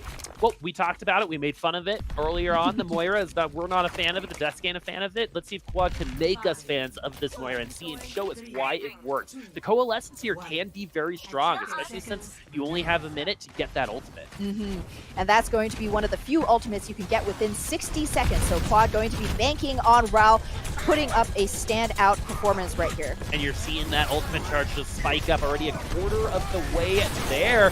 He needs that coalescence to give Quad a chance. They put a lot of responsibility on Raul's back, and Helpful's going to be the first to fall. Not enough healing input there for Helpful, who is definitely cold off since Busan. Quad, though, still can try to do this. They have 30 seconds on the clock. Some people might have, try to do it one more time, get another attack in, but the coalescence was available. They're going to go ahead and throw that in. The D-mech onto 2 Drusker means that INTZ is down 1 tank, but he's very close to getting that re-mech. He's going to get into that mech right now. Self-destruct from Aegis. Is he going to get anybody? It's not. However, Quad is now a full of 6. The offensive spawn is a little bit close. They do have a little bit of time. Svenko, though, within a minute, getting that grab on third. He's going to go ahead and throw that out. Gets a couple of Quad Gaming in there, but the sound barrier is going to be provided for the rest of Quad. Somehow the boat does fall off the map. I don't understand how that must wash off. The rest of it is looking good on this defense. They're getting the kills. It was scary just for a little bit of time, but it's going to pull off this hole. Oh, it's in the nick of time, rallying their troops right here. The overtime wick burns down, and they will hold Quad to no ticks taken. Wow. I mean, Svenko, it's generally accepted that a very, very good top-tier Zarya can get a Graviton Surge within, 90 seconds. But within a single fight, 60 seconds, in fact, that is an impressive performance and certainly paid off as a key part of INTZ's defense. Was halfway to another one by the end of that map, just to put that out there. So he got 50, because I think the Gravs kind of launched at around 8 seconds. And so halfway through means that in 8 seconds, he was able to get 50%. Plus that overtime, which did last quite a while. Quad, man, this is a good game so far. I keep going back to it. Very evenly matched, but however, this seems to go to whoever's just feeling the hot hand right now. It's just like blackjack, right? You're on a roll, you got to keep going, and INTZ's trying to stay hot. Oh, absolutely.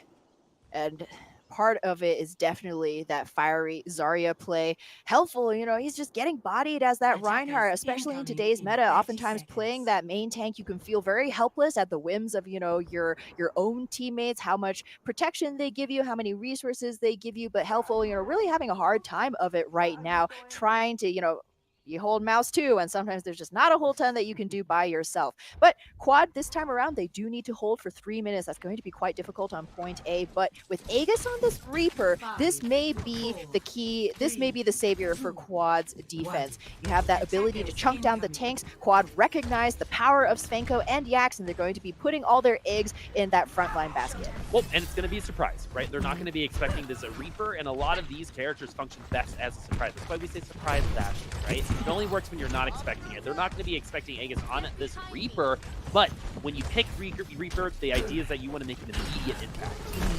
Exactly, and Reaper is one of the few DPS that is self-sustaining in this meta, as we see here, INTZ trying to make a deep dive. Oh, and the tank's getting taken down very, very low, and it wasn't even because of Aegis' Reaper, it was everyone else, but Svenko's going to get the first kill onto Helpful, again, who played very well on Busan, but is again pulled gotten very, very cold. He's gonna get the boom kill. No, Aegis actually does get back onto the environment. I got excited. My name is Swords. I love those boom kills. Anyway, 2 minutes and 25 seconds to get this first tick. They're gonna get it. It's going 2-1 against Quad Gaming. And we're going to go to map 4 with a series still. Whew, it is so close. INTZ can taste that victory. They just need to nom nom nom, and it is delicious, almost as delicious as turkey. Yep. Yes, speaking of. I actually don't think turkey's good. But it's not the best part. Yeah, no, turkey, there's definitely a lot of great things, greater things you could be enjoying on Thanksgiving, such as South American Contenders. Thank you all for watching, by the way. But yeah, INTZ, they only need one more map win before, they can say that they took the series against Quad Gaming, two, again, very equally matched teams. So not just good for that map win, but also for that mental game, right? And this region particularly, we see hot streaks happen all the time, right? Hot streaks happen everywhere. It's kind of a thing about sports, right? Momentum is very, very important, but it's how they take that momentum and use it, because we've seen just teams squander it. We've seen both of these teams do very good things and squander both of them. Right now, INTZ has the hot hand. They have the momentum, but they gotta keep it going through this map change.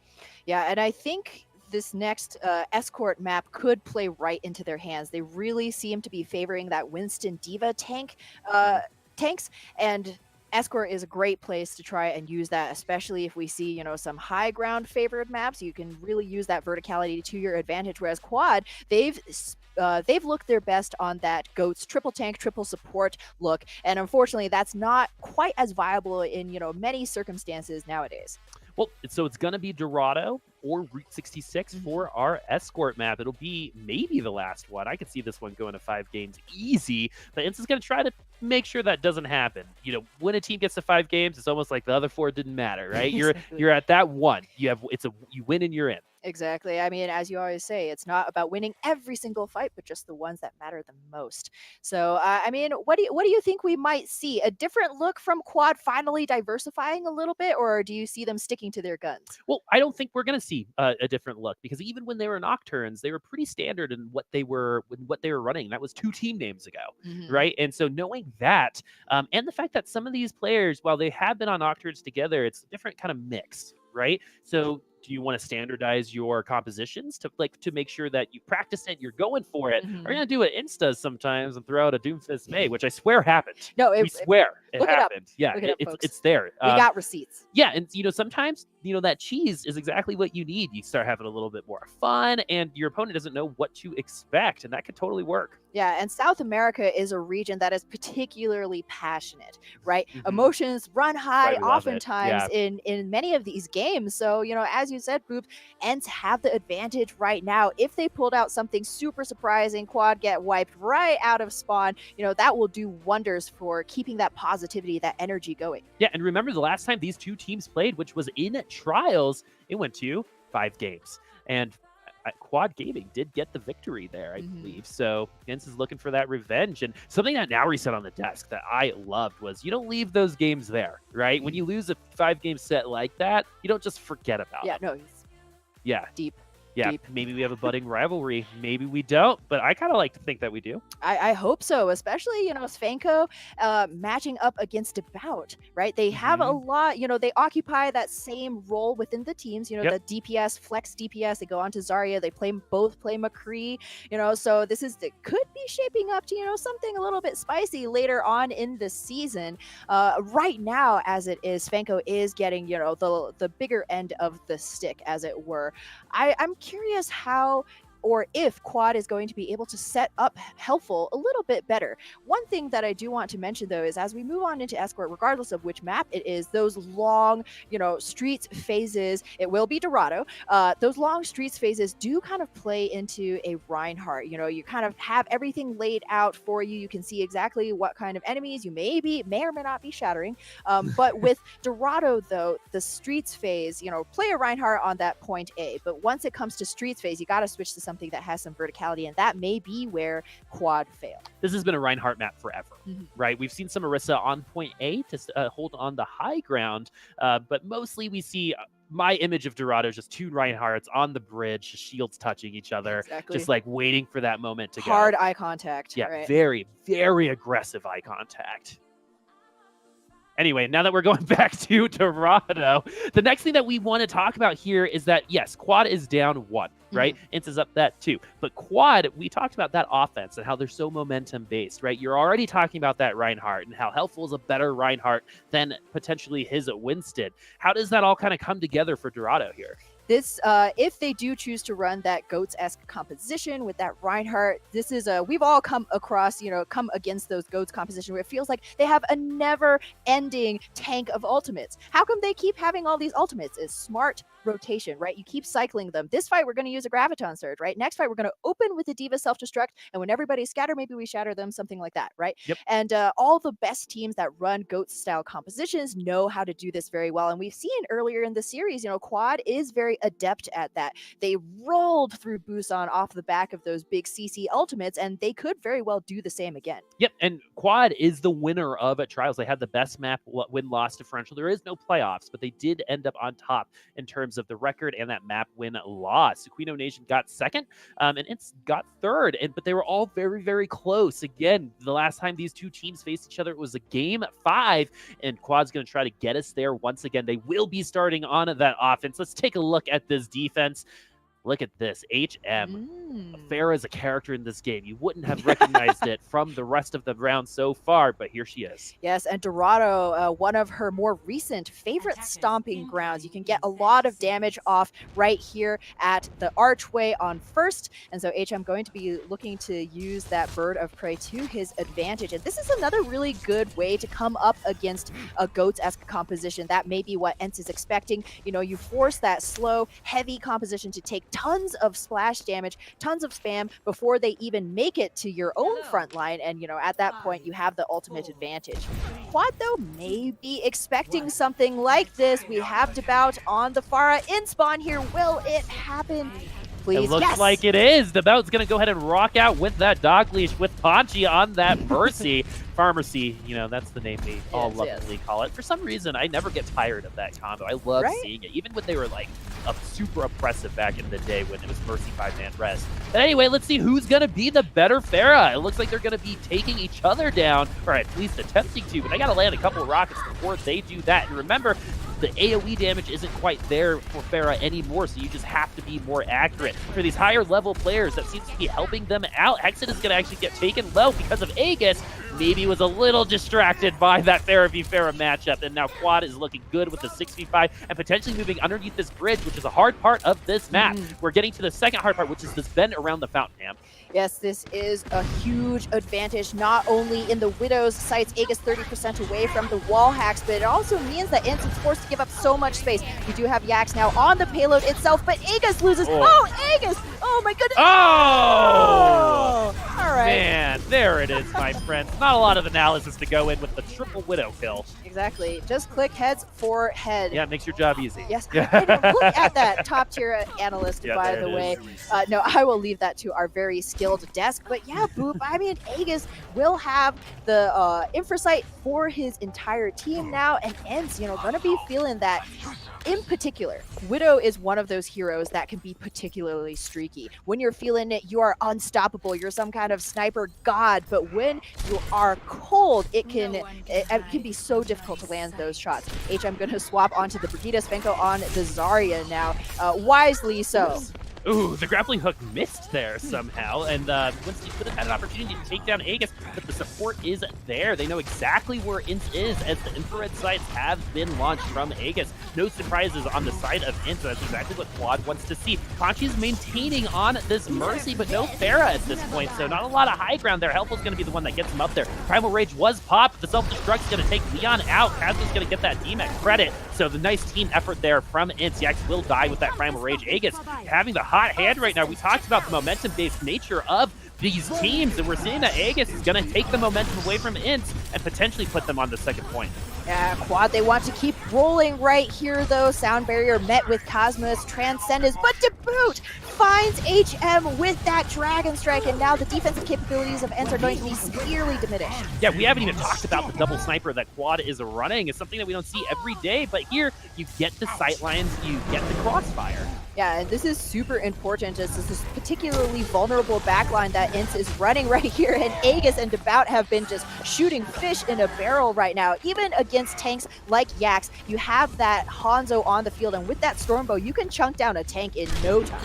Exactly. It used to be even worse. Can you believe that? Stanko very close to that Graviton Thruster. Almost got DMX. Yes, did get DMX, but 90% on that self-destruct. Self-destruct coming out from Leon. Not going to get anybody because everyone's pretty much dead. That's a good sign from Quad Gaming, but could have saved that ultimate. But they really want this second point. We're getting into the toughest part of Dorado. Did he get the kill? Yes, he did. And he actually got the ult charge from it because it happened late at that magical moment on Primal Rage. Yeah, no, it takes a little while for, the Brigida to hit the water, and Quad coming in. Oh, this is a perfect spot. Aegis set up here for that crossfire right now, trying to get in a little bit of damage, but INTZ see him. Yeah, and Ponchi seems to know exactly where to be on that Mercy to support the rest of that team. And look at this, 2 support ultimates to none from INTZ. INTZ is very far away from their support ultimates. Ponchi's going to use that Valkyrie, but however, it's not going to be enough time to save the boat. But the res is going to be there, but during the res, Ponchi will be taken down. This is the first time I believe Ponchi has been taken down so far, at least in the last minute and a half or so. But now INTZ finally gets that defense. 3rd point Dorado, notorious for these turns. INTZ is going to take advantage of that and get the defense.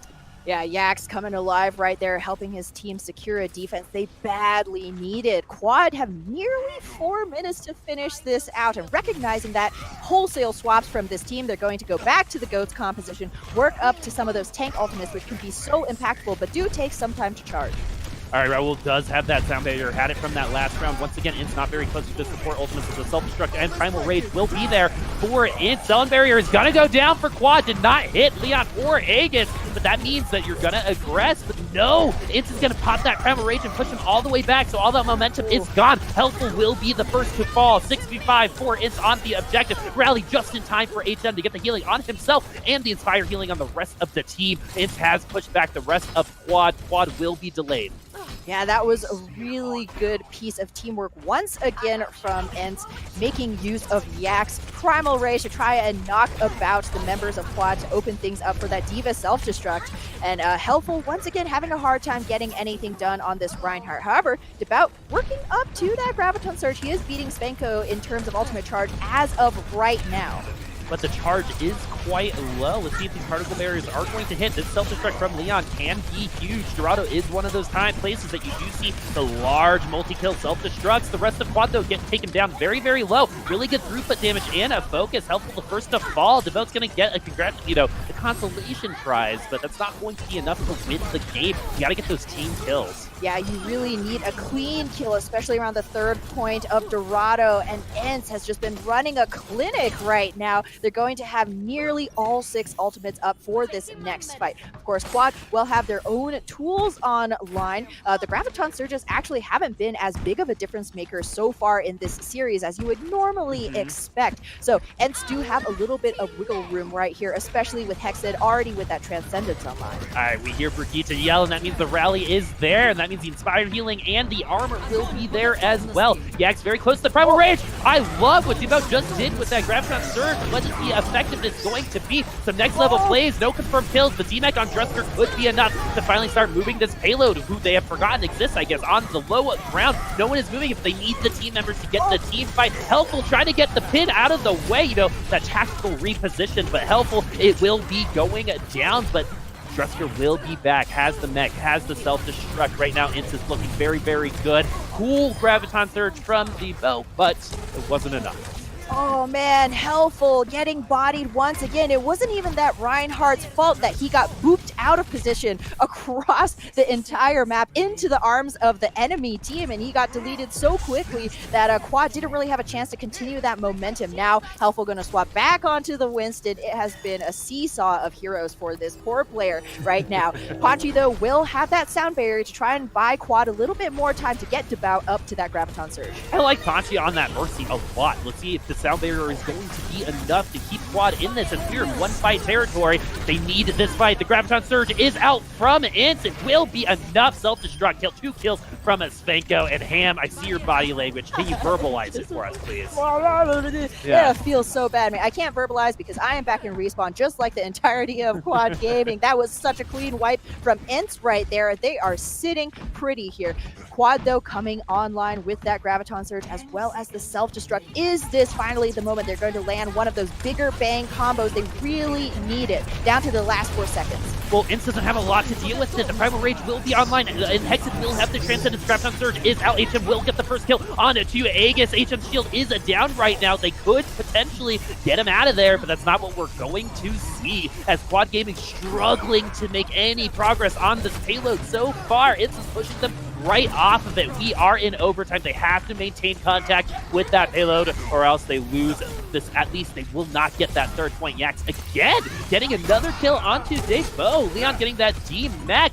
Is it going to be enough? Aegis, though, is back with that Doomfist, and if anyone's going to be able to take momentum away, it is Doomfist, and Quad's actually looking pretty good. This is a 3v4. Anything can happen, but what we're going to see happening is round 1 is complete. It's holds. One thing I've been waiting so long to tell you, is one thing I want to ask you is INTZ twice now has seeded 2 points, no problem, right? Dorado and on the hybrid map, right? But then all of a sudden on Numbani, all of a sudden on 3rd point, they just nothing happens. They can't break through them. Yeah, exactly. I was actually thinking about that myself, Boop, especially in one of those last point fights.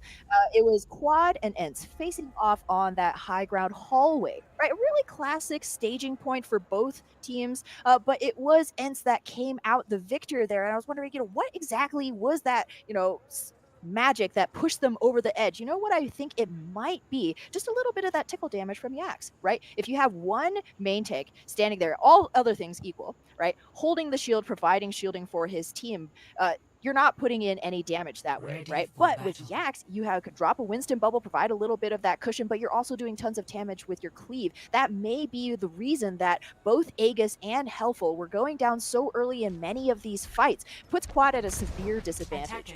Yeah, look at how, one thing that Aegis does bring to the table for Quad is that versatility, right? He's actually been playing some Diva, at the beginning of this game. And actually, that's when they were being the most successful. But one time they were being successful right here on Dorado when they were rocking that double sniper. We might be seeing that again. They are the defense, so we will be seeing that again.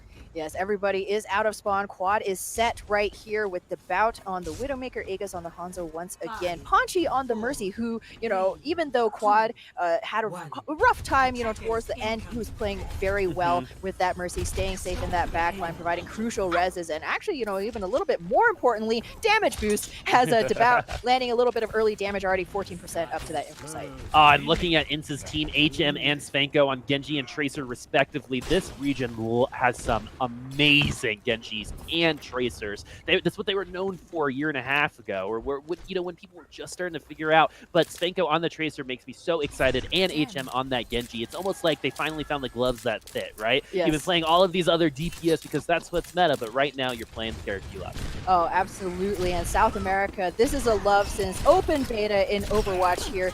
A deep dive coming in as we have HM in the backline trying to put a little bit of pressure on the bout, but the Widowmaker does escape. Oh man, if Ponchi had just a little bit of a damage boost on him, they might have actually gotten that kill, but he was focused somewhere else. Raul, once again, if Quad gets a kill, it's usually Raul on that first go round. Sometimes you get 3, and he's going to make sure that INTZ's going to have to try for this one more time. HM, very far away from the Dragon Blade. Svenko, very close to that pulse bomb. Yeah, and that could be a huge difference maker. I mean, Quad does have the potential for one resurrection with their Mercy, who, by the way, already has Valkyrie, so that is very impressive. Raul will also have that Transcendence, but INTZ actually going to give up the potential ultimates and swap back onto that Zarya Brigida. This is actually really interesting. It's going to be very hard for them to close the distance without taking a ton of damage, especially from Aegis's Hanzo right here. Man, that's when you just kind of say, oops, when you're the Winston, right? It's like, oh, I didn't even get to touch the ground. I was dead before I landed. I was drawing ults, guys. Yeah. I was drawing ults. The healers could get some more ults from me. Exactly. Aegis is going to get some heads as well. Looking good from Quad. INTZ let Quad walk through this exact portion. They're going to need to get that momentum back. The self-destruct is a possibility here, as you can land it on top of the fountain and get a lot of really good AoE damage. Quad, though, going to continue Panchi on the Mercy. What do you think of that? I do like this, and especially since it would be a little bit more difficult for him to change heroes. But, you know, that damage boost again, you know, so good. And Panchi, having used that Valkyrie in the last fight, already 40% up to his next one. Ooh, nice headshot from the Devote. It's going to get some momentum going on his end. Yax is going to be the first to fall. Hexado is going to get things evened up. It's a 5v5, but the DMAC onto Drusker is going to give Ints an opportunity to potentially get the second point, but we are not going to see that as Panchi's res is going to come in, and Quad's going to be a full 6 now, and we're seeing it. I thought this was a blast from a past. That Hanzo just ripping through people. Oh, yeah. And this is actually really intelligent from Quad right here. You know, even against that Goats composition, the double sniper is so versatile. You had Aegis throwing out that Dragon Strike. You know, maybe it doesn't get a solo kill, but it chunks these tanks down so that they're so weak that maybe Devout finishes them off with a body shot. Helpful's Cleave butters them up. Exactly. Yeah. And and not only is the Dragon Strike good at, you know, getting that damage in, but it zones away this very slow-moving tank composition. Oh, I loved what we just saw there. Helpful drop it in. Inst's going to use the sound barrier to protect the rest of his team. Stanko so close to that Graviton Surge, has it, needs to throw it out to maybe get Inst onto the second point. HM is down, but no, you don't need it. Once again, he's going to use it to secure, because why not? You got 35 seconds left. You have to get the second point. That's exactly what we're going to see. Really good team play from Ints. Ints finally able to punch through 2.8. HM even having swapped onto that Desperation Tracer. May just stick with this hero, you know, see what you can get done on the streets phase, as Ints will have the advantage of being able to position as they would.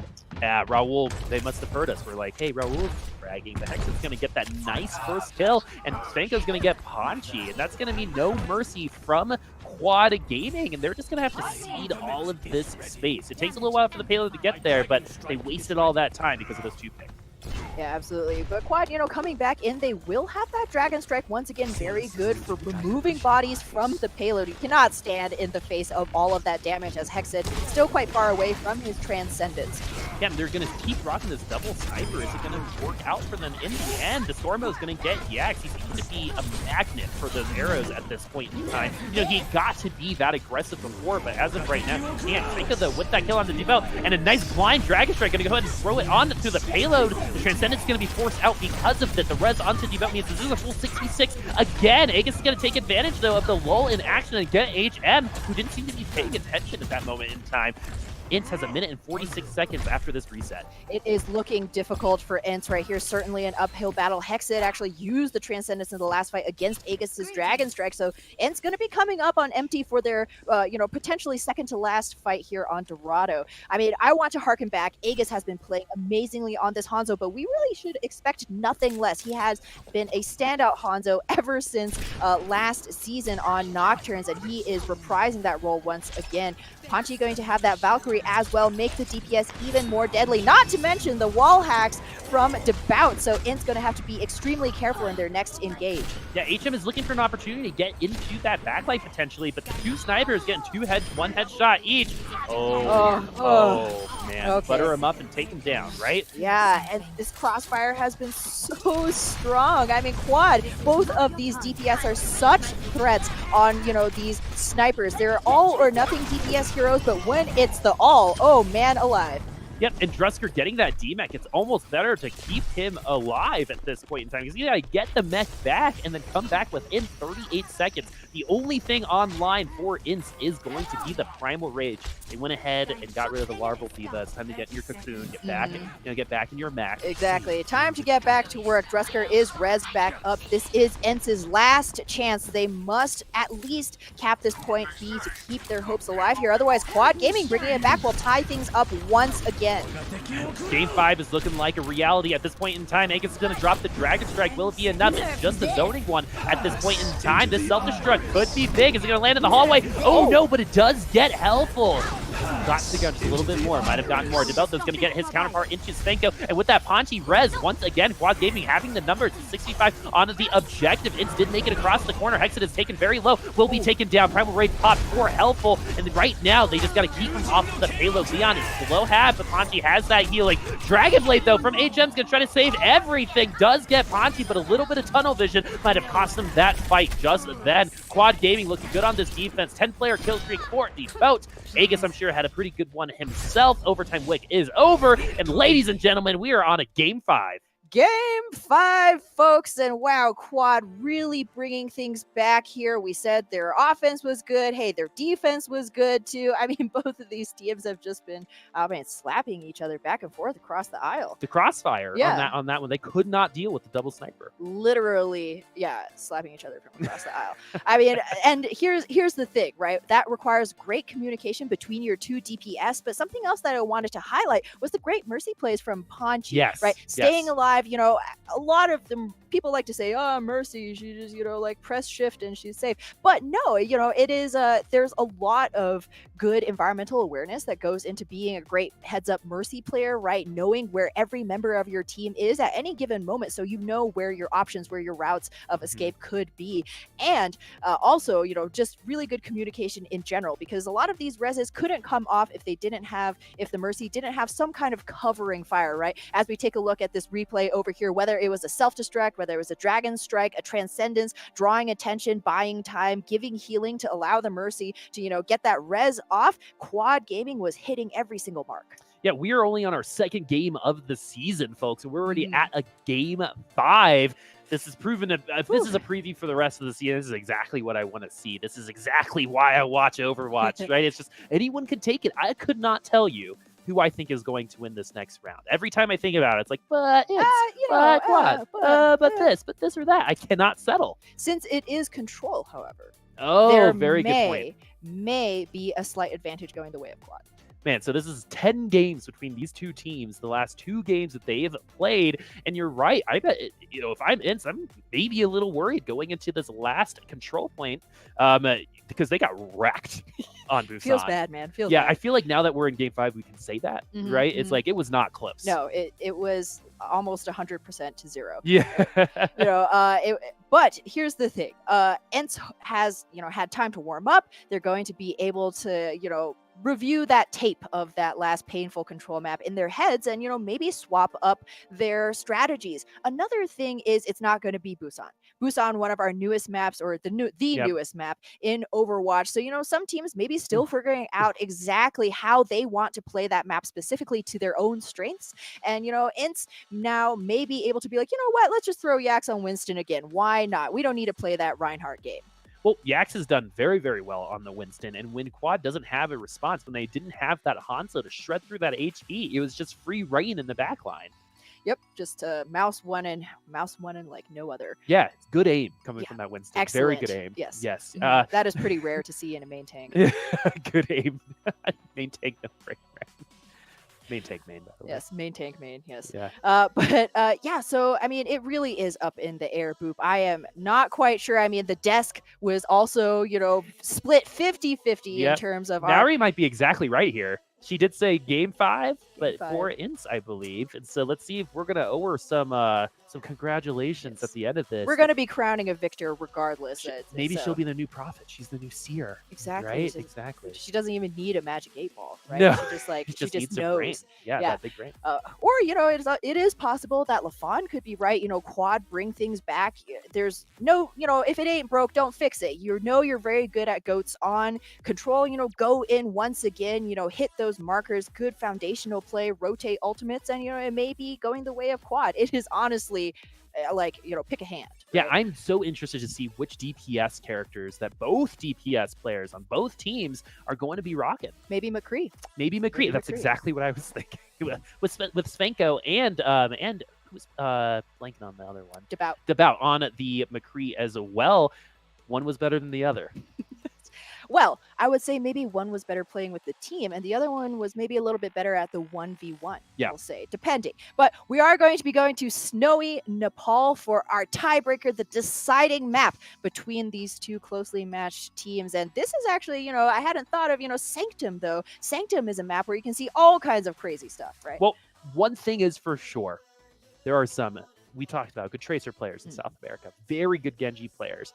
But I think one thing this region has above all else is the best Lucio players in the world. And so I'm really excited to see Sanctum. I'm missing some boops here. I only saw one on a Brigitte, and that feels really good. But I just like that classic Lucio boop.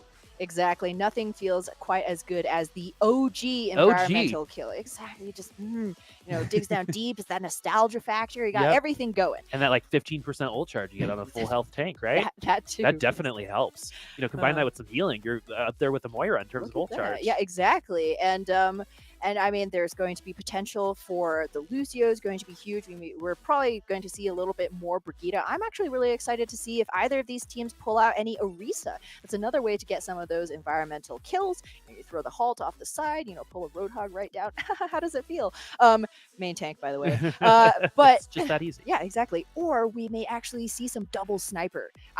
This is complete theory crafting, but after getting a taste of that Orisa double sniper that we saw in the Overwatch World Cup with Team South Korea, I cannot wait. That could play right into Quad's wheelhouse. They've shown that both of their DPS are extremely comfortable on both the Hanzo and the Widowmaker. It might just work out. Yep, so it looks like we're really close to getting in game. We've got a game 5 for you. 2-2, INTZ Esports, Quad Gaming, all coming down to Nepal. Hey, you might be brothers in that picture, but right now INTZ and Quad are separated. They're no brothers There's right no now. love here. Exactly, just a victory, right? Each team is in the way of the other on getting this win, and we're going to go ahead and start here. One thing I want to see is Svenko. Svenko does play Brig. HM's been rocking that Brig, but last season Svenko was the one, I believe, that was on Brig. At least half of the time. Maybe we'll see some Doofus later, but HM will be leaving with that Mei, and we've seen how effective they can be on this particular map, Village, because of that wall. Ooh, but Devout going to be running the Pharah Classic Mei hard counter as INTZ pressure the point as Goats as compositions are wont to do, getting set up right here. Quad, though, shelling in a considerable amount of damage here in HM. Oh, if it's not damage raining in from the sky, is going to be a Hanzo arrow to the face from the ground. Yeah, that's what you call focus. They saw the main, they had the answer to it. HM dying to only 10%. Are you going to continue on the character? It looks like he will, but Quad Gaming winning the ultimate charge on the DPS at least. Drusker very close to that Graviton Surge.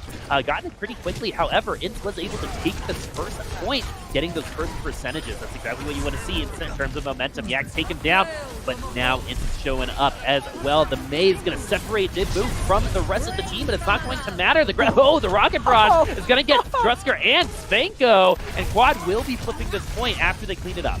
Yeah, HM just stalling a little bit in that ice block. INTZ, ticking up towards 30%. That could be the difference between a win and a loss here on Nepal. But Quad, it looks like it's only a matter of time before they clean up the dregs of INTZ here on the control point.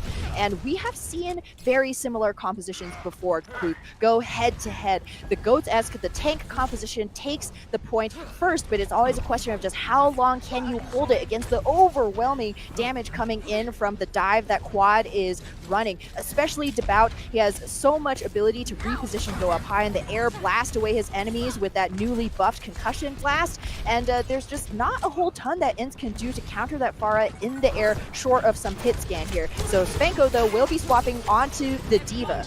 Oh, Aegis is going to get focused by that Winston. Yak's almost taking Aegis down. Yak's almost getting down himself below a quarter health. The healing is there, but is it going to be enough? The healing wasn't there for Svenko because it was on Yak, but the Rocket Barrage is going to get a triple, actually 2.5 kills, and the rest of the team will be going down. Lack of focus coming in from INTZ there.